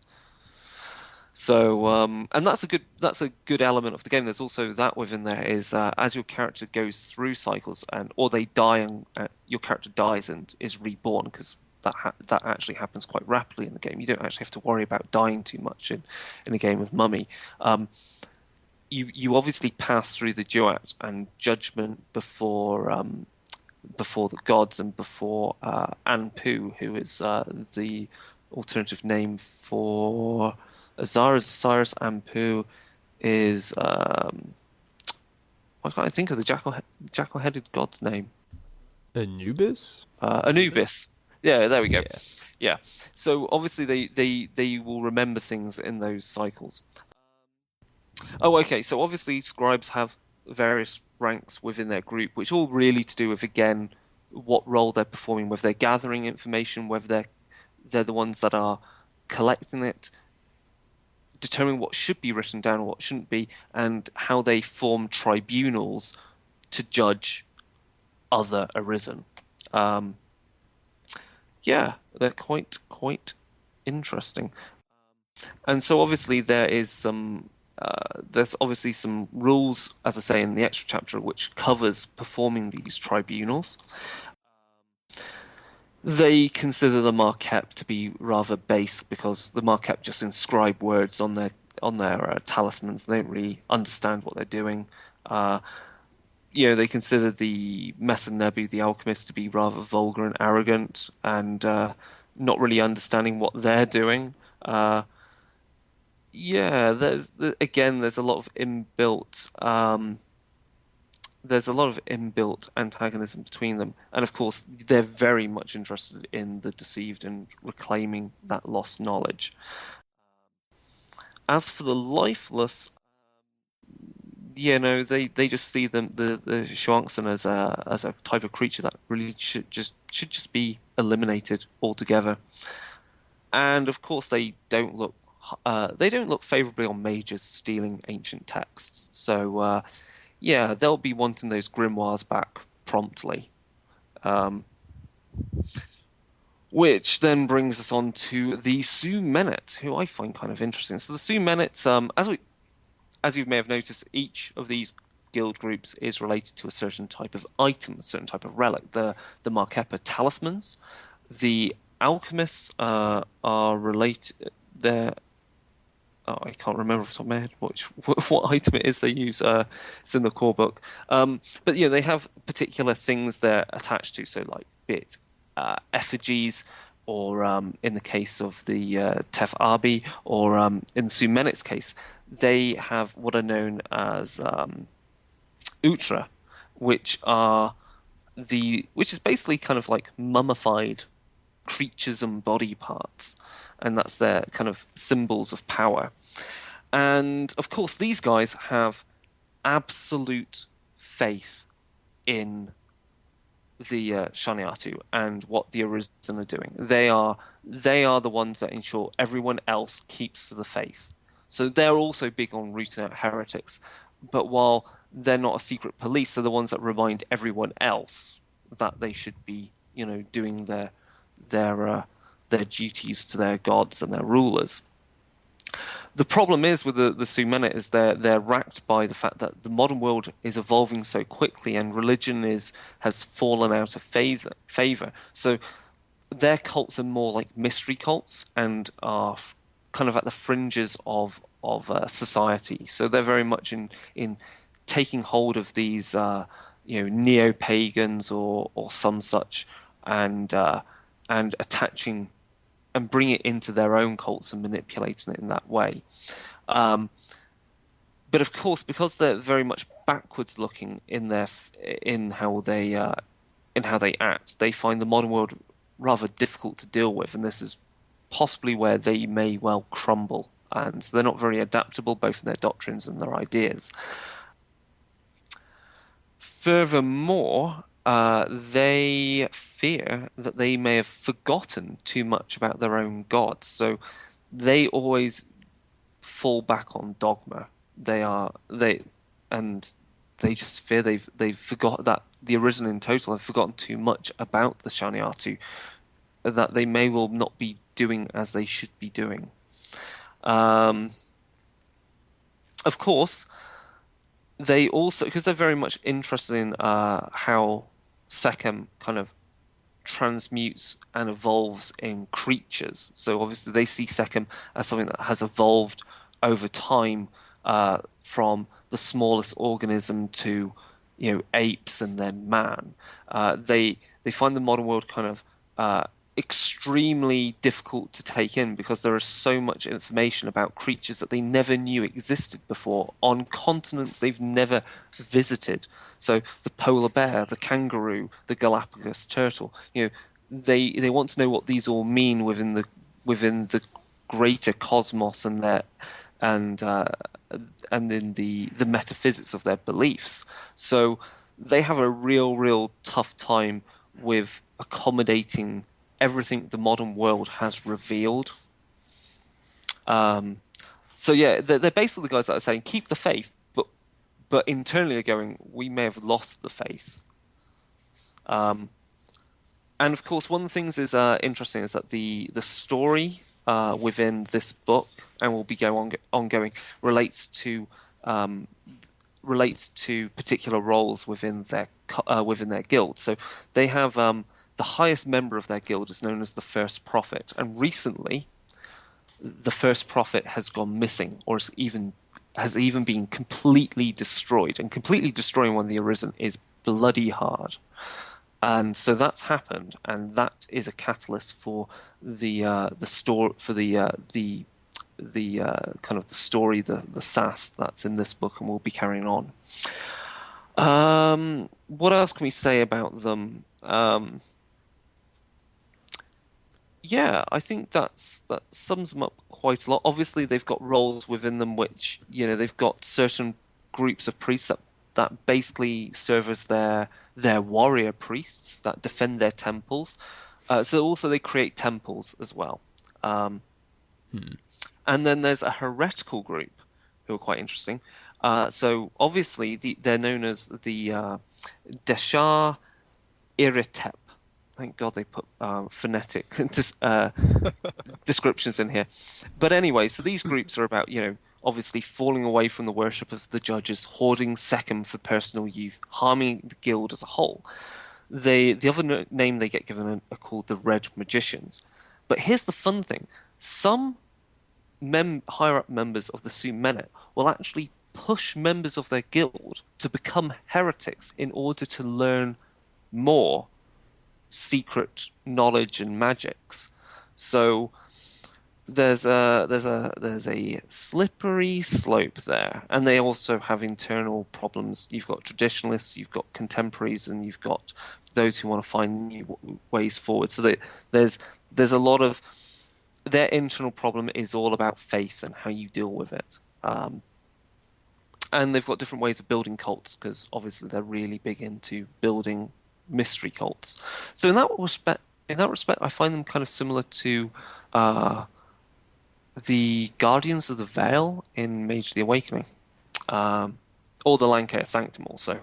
Um, thoughts on that group? Obviously, Well, they're really good necromancers and they deal with ghosts because, they like dead stuff. yeah, definitely. I don't know. I have one little gripe about these guys. So since, of course, was working on a bunch of stuff with True Faith and all that, Christianity was on top of my mind. And, it seems to me that, priests being called shepherds or being represented in that way is a more modern Christian idea. So when you look at this, ancient prehistory city of Irem, should they really be considered shepherds? I mean, when you look at a lot of older religions and faiths, a lot of the older pagan ones from Mesopotamia and that area, priests were a lot more like butchers actually, in that you'd bring sacrifices to the temple and they would cut them up, take some for the gods or whatever, and like that. So I just think it's kind of interesting thinking about that and why they're really called shepherds. It could be because it's a archaic term for them, because their original role, before the Rite of Return, was that they, and before really the Shaniatu were at the height of their power, was that they basically were more like priests who dealt with ancestor worship. And but then that of course changed with the Shaniatu. So really their role was changed as well. So rather than preparing people for death and for that journey and comforting people to accept death, they are now more involved in shepherding the arisen to keep the faith. So that's really what they're doing as shepherds. They don't really give a damn about mortals, and that's a really important thing. The judges and the Shaniatu have no moral reason, no reason at all to give a damn about mortals or the mortal world. They are just tools to transmutate Sekhem and have it returned to them so that they can return. And in that respect, they are really scary and just completely... You know how I normally say, like, the Exarchs in Mage are a horrible, horrible kind of group of immense beings who have shackled humanity within the cage of reality to basically so that the Exarchs can harvest essence and supernal power. And in the same respects, the God Machine does exactly that same thing. It's just using people to harvest essence for itself. The gods of the Duat and the Shaniatu are bastards of the same color. They don't give a damn. And in Mummy the Curse, you get to work for them. Oh, yay! Yeah. I think the line that you had about they've forgotten too much about or they fear that they've forgotten too much about their gods, that's one of the most powerful things that I've come across in any role-playing game. That's incredible, especially when you're playing a priest, a worshiper, a devout worshiper. Yeah, I mean, they've gone through... It ties back into years. the themes of faith and doubt that we were talking about a little while ago. I mean, like you said, they could have forgotten that the guys that they're worshiping are complete and total assholes and don't care about them at all. Mm-hmm. But they keep doing it. Yeah, exactly. Because that's their job. And the interesting thing is, I think this brings up is, because I was talking to one of the writers who's working on The Deceived, and yeah, there's a lot of interesting overlap and I think interesting crossover that you could potentially have in a game which takes elements from Mummy and from Mage and possibly even Geist, because it's all to do with, like, what's been forgotten, recovering it and learning the truth of things and seeing beyond the veil, and also for Promethean, because Prometheans, and an interesting thing he said was that Prometheans and if you had one of the created and an arisen together talking to each other about their state of being, it would be basically a long discussion of who's got it harder as created beings that are not humans and both want to basically return to being humans. Because they're essentially very similar creatures. They have, the arisen died and Sekhem empowers them back into life.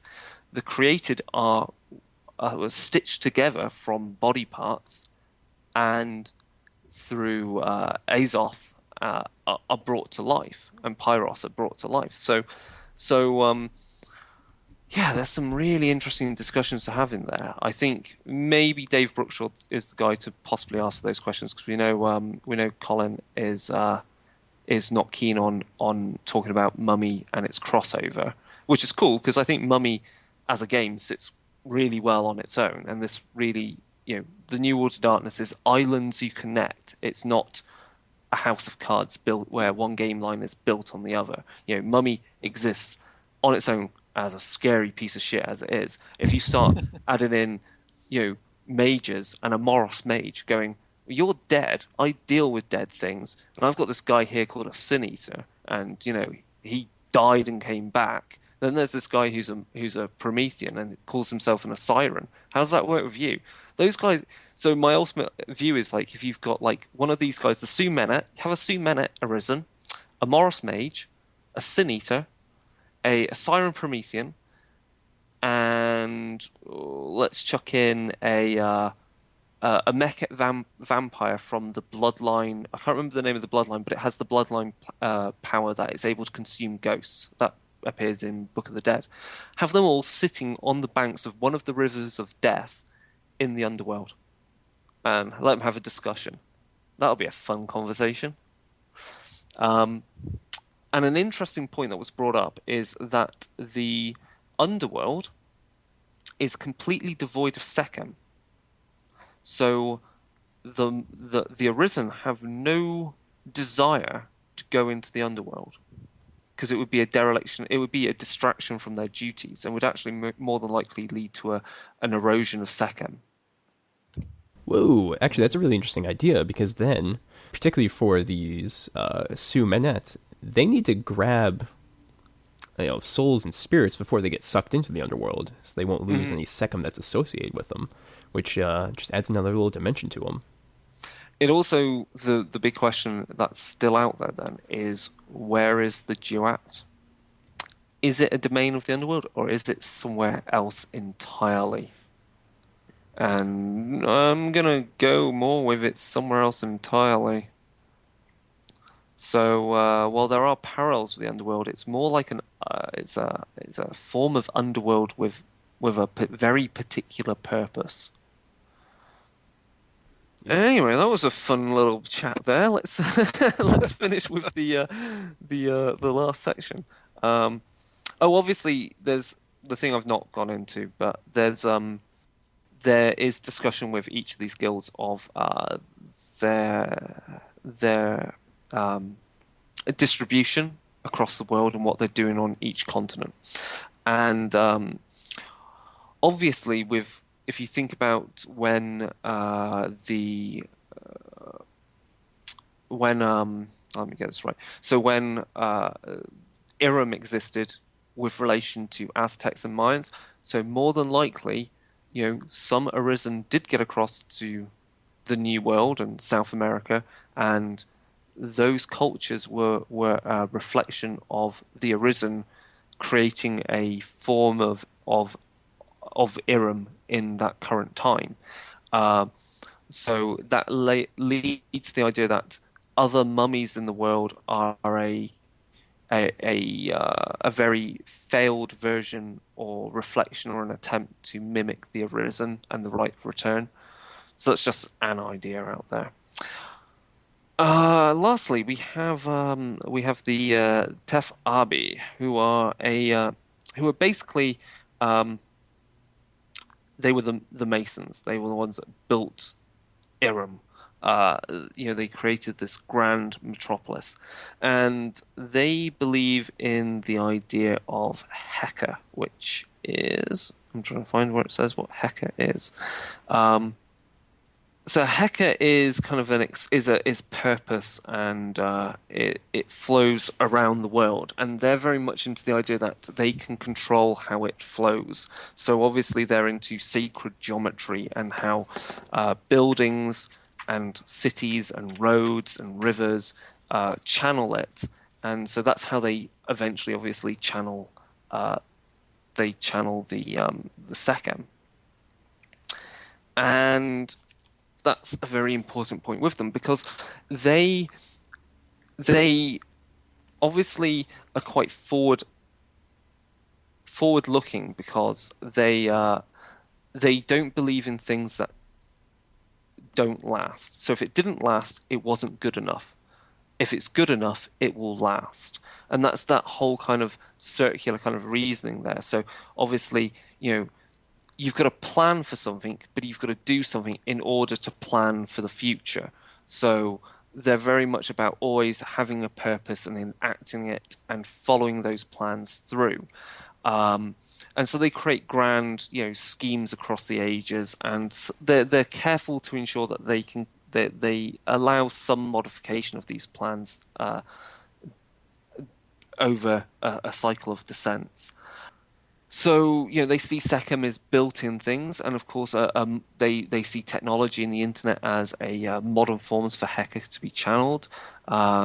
Their rank is often based on who has the best idea for the future, the best vision, and who is more capable of bringing that vision into being. And because of their plans, even when they have low memory, they have a feeling of high memory. So that basically means they have things to look back on that directs them on what they should do, even though they've forgotten what they were doing. So they're very patient in that sense, and they plan for change. They build temples. They have opulent tombs and multiple tombs. They don't trust their cults too much. So they don't trust a cult that takes too much initiative. So while they're asleep, if their cult starts going off and doing things and changing plans and taking control, that mummy, when he wakes up, is most probably going to create a slaughterhouse and clear it out and get things back on track. Also, what else can we say about them? Obviously, they make effigies, and so they used to be the ones that made effigies, so small symbols of power and of their gods. Then they obviously grew in scale of the things they were making, so tombs, temples, buildings, roads, cities. And in the modern age, then they're back into kind of making effigies again, because all of this immense power can be connected to you in a small item. So be that your mobile phone connecting to the internet, or all this information can be coalesced into a small thing through 3D printing. So again, that's their idea of how Heka can be channeled into things. Other interesting things here. So as I said, they're not keen on deviating from the plan too much. They're the ones that want to execute their plans. That's basically it. So you can see with respect to the other guilds, obviously they see the Marquep as being quite useful in executing their plans and ensuring that while they're not around, they can trust their Marquep, who's possibly still awake, to keep their cult in order. Alchemists, they basically see as the kind of types who'll make things that they can make use of in larger constructs and in effigies. Of course, they're the ones that mostly help the Sumena out with making temples. I guess the ones they kind of possibly have some issues with are kind of like the scribes, who consider these things, these grand affairs, nothing compared to writing down history and the true words. They're quite interested in that respect then. So what's their conflict with other guilds? Is it just they don't like change, so if you start doing things differently, they get kind of pissed? Yeah, internally, their problem is where you get a conflict of plans and when a plan must be changed. So, quite clearly, you wake up, things have happened in the however many years you've been asleep, and of course, plans have to be amended, and as a collective group, it falls to whoever has the best plan. Um, the problem there then is whether the plans they're following really reflect what they should be doing based upon their true memory of what's happened or what the Shaniatu want them to do. So again, there's that kind of conflict. I can That see them having a very difficult relationship with the Sesh Hebsu, who write down things as they're supposed to have happened, not as they did happen. oh yeah, yeah, So yeah, yeah. so if the Sesh Hebsu, that's a really difficult word, the Sesh Hebsu write down that, hey, you did a great job planning that city, and it should always be exactly the way you planned it. Great job. Then they'll be the best of friends. But on the other hand, if they say, oh, no, that was a really crappy construction job that you guys did, we're going to have to redo that completely, then I can see there being a huge conflict between the Tef Abi who say, oh, no, no, no, our plans are perfect. We planned it. Yeah, certainly if the Tefabi trust them initially because they've just woken up and so they don't have a good enough memory to know that. But then as their memory comes back, they go, hold on, why are we doing this plan? This plan was kind of helped out by the scribes. And does that mean the scribes been lying to us? That'd be a massive kind of problem because they could be following a plan which they didn't plan. Indeed, and if the scribes are lying, maybe they'll go to the Mankep to find out what's going on. And the Mankep might root out a heresy somewhere, which means the Sumanet are going to get involved. See how it all works? It's pretty One cool that vicious way. cycle. Yeah, and then the one thing which these guys there isn't much description of in here is it has a bit about their cults, obviously, and they're very much into corporations and again creating expansive groups. Their problem is more that there isn't much detail on here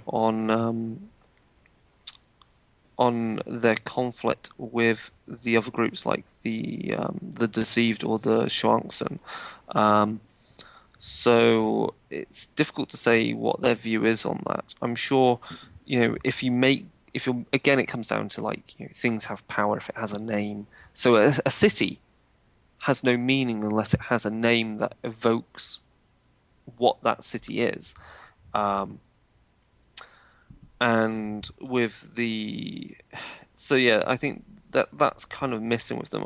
I would say, while this guild are again quite interesting, there's some bits here which I would consider maybe a bit missing in the book.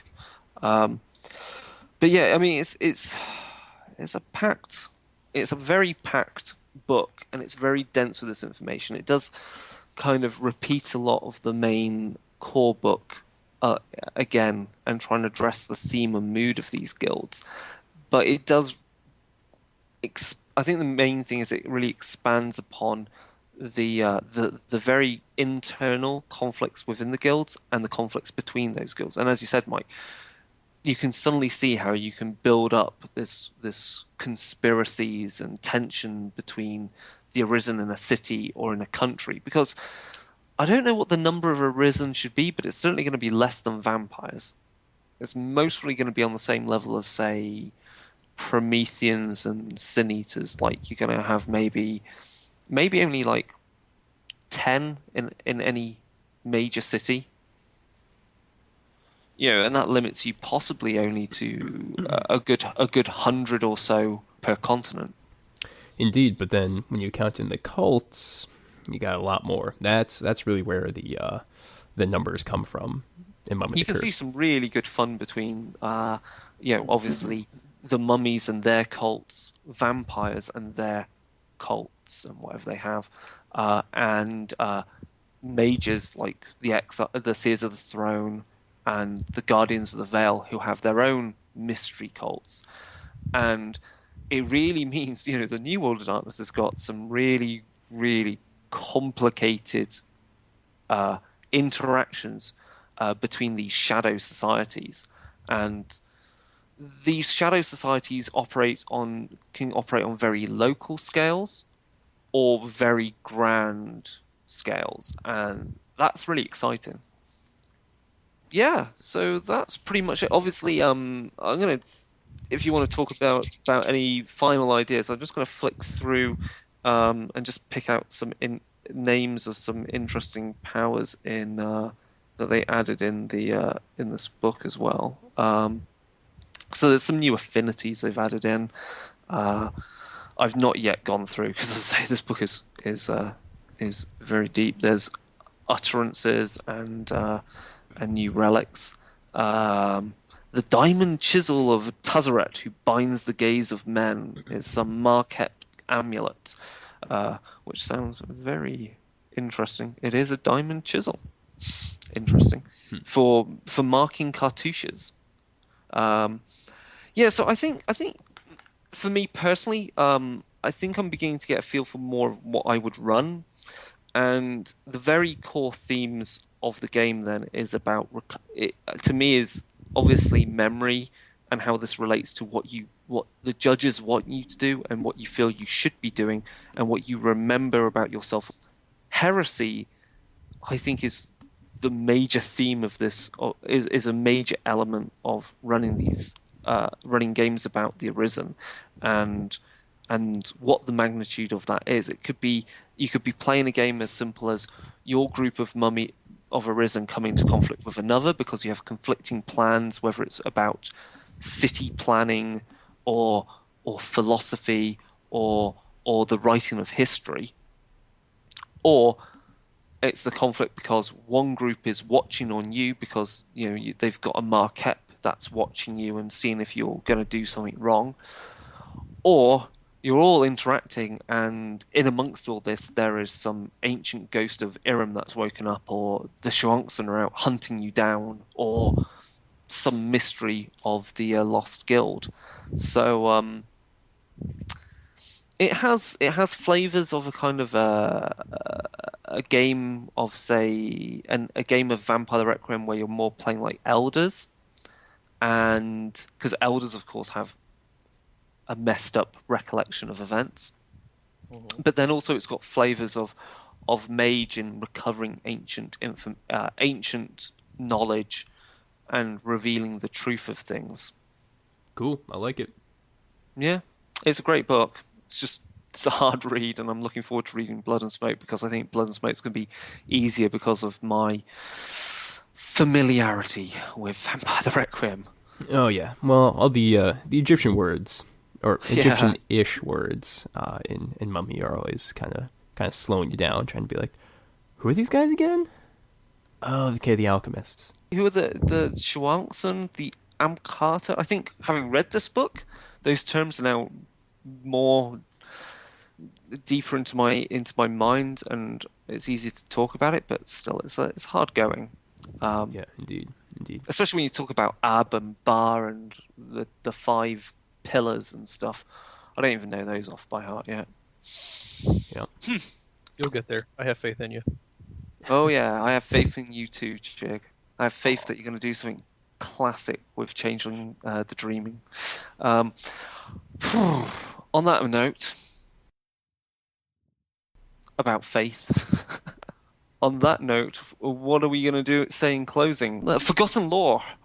We want to put out another issue of Forgotten Lore, and the theme for Forgotten Lore will be demons. So we would like to have game content or short stories or discussions of either Demon the Fallen, demons in the classic World of Darkness, demons in the New World of Darkness, or a discussion on or ideas or story seeds for Demon the Descent. Yeah, absolutely. What I'm thinking about submitting is some ideas for cyber Gnostic implants. The reason is I was challenged to run a World of Cyber Darkness kind of cyberpunk game inspired by Demon the Descent. So I'm going to be doing that pretty soon. Supposed to do it in November, but it kind of got canceled. So probably expect that in January. And I think there'll be some kind of cool ideas, mostly based off of the implants that are in World of Darkness Mirrors, the Bleeding Edge little supplement, PDF supplement. So that'll be pretty cool. And then, of course, Chigg. We've got some kind of challenge going on again. Maybe a little Hunt of the Reckoning. Maybe a little Changeling the Dreaming. Let's see what happens. Yeah, I'm looking forward to that.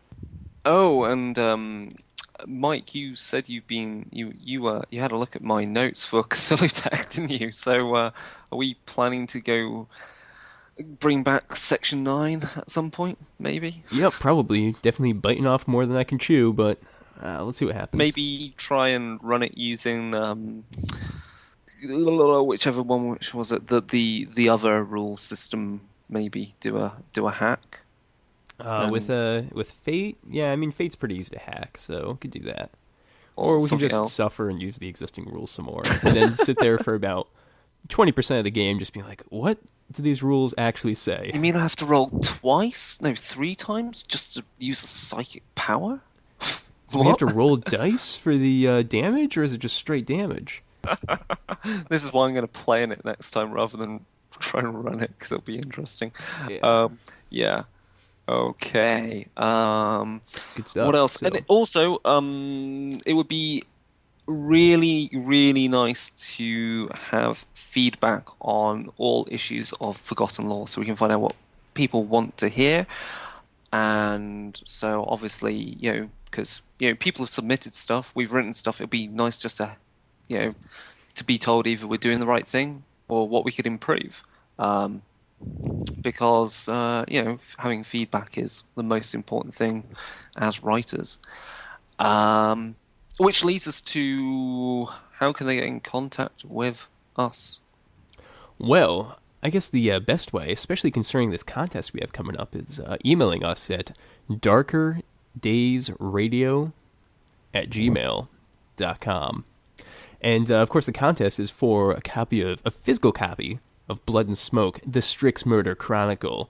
And all you gotta do is just send us an email.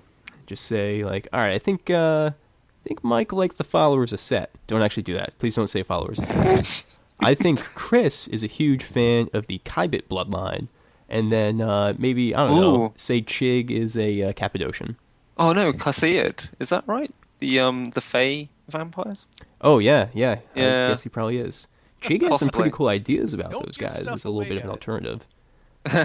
We'll see what people come in with. I've got to write down my Kiasid bloodline ideas. But now I have to write something to do with demons. So... Yeah, I'm thinking of demons for in Geist. Because, of course, demons can possess ghosts. That'll be interesting. So I'll have a look at Inferno again. Also, of course, we can be contacted via Facebook, though.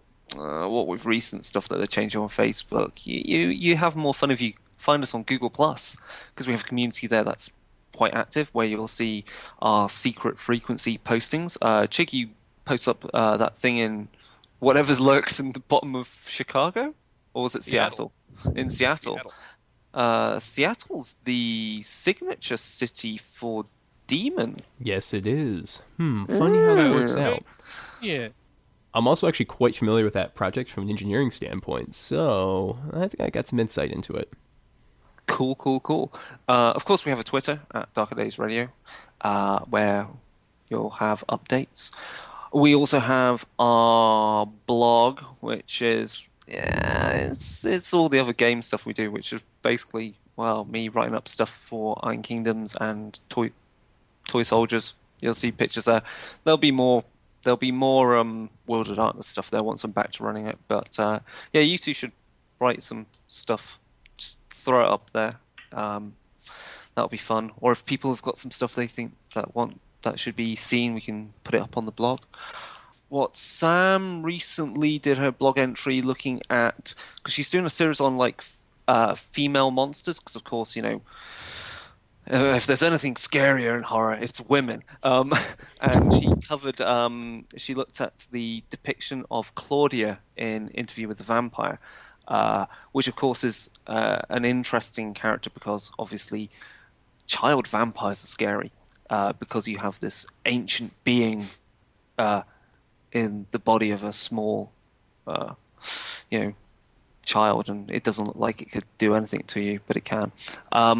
So I'm not too sure what she's going to be following up on that one. I'm sure we're going to find some winter-themed horror film to watch, and she'll write a review on something like that, something nice and Christmassy with death. Yeah.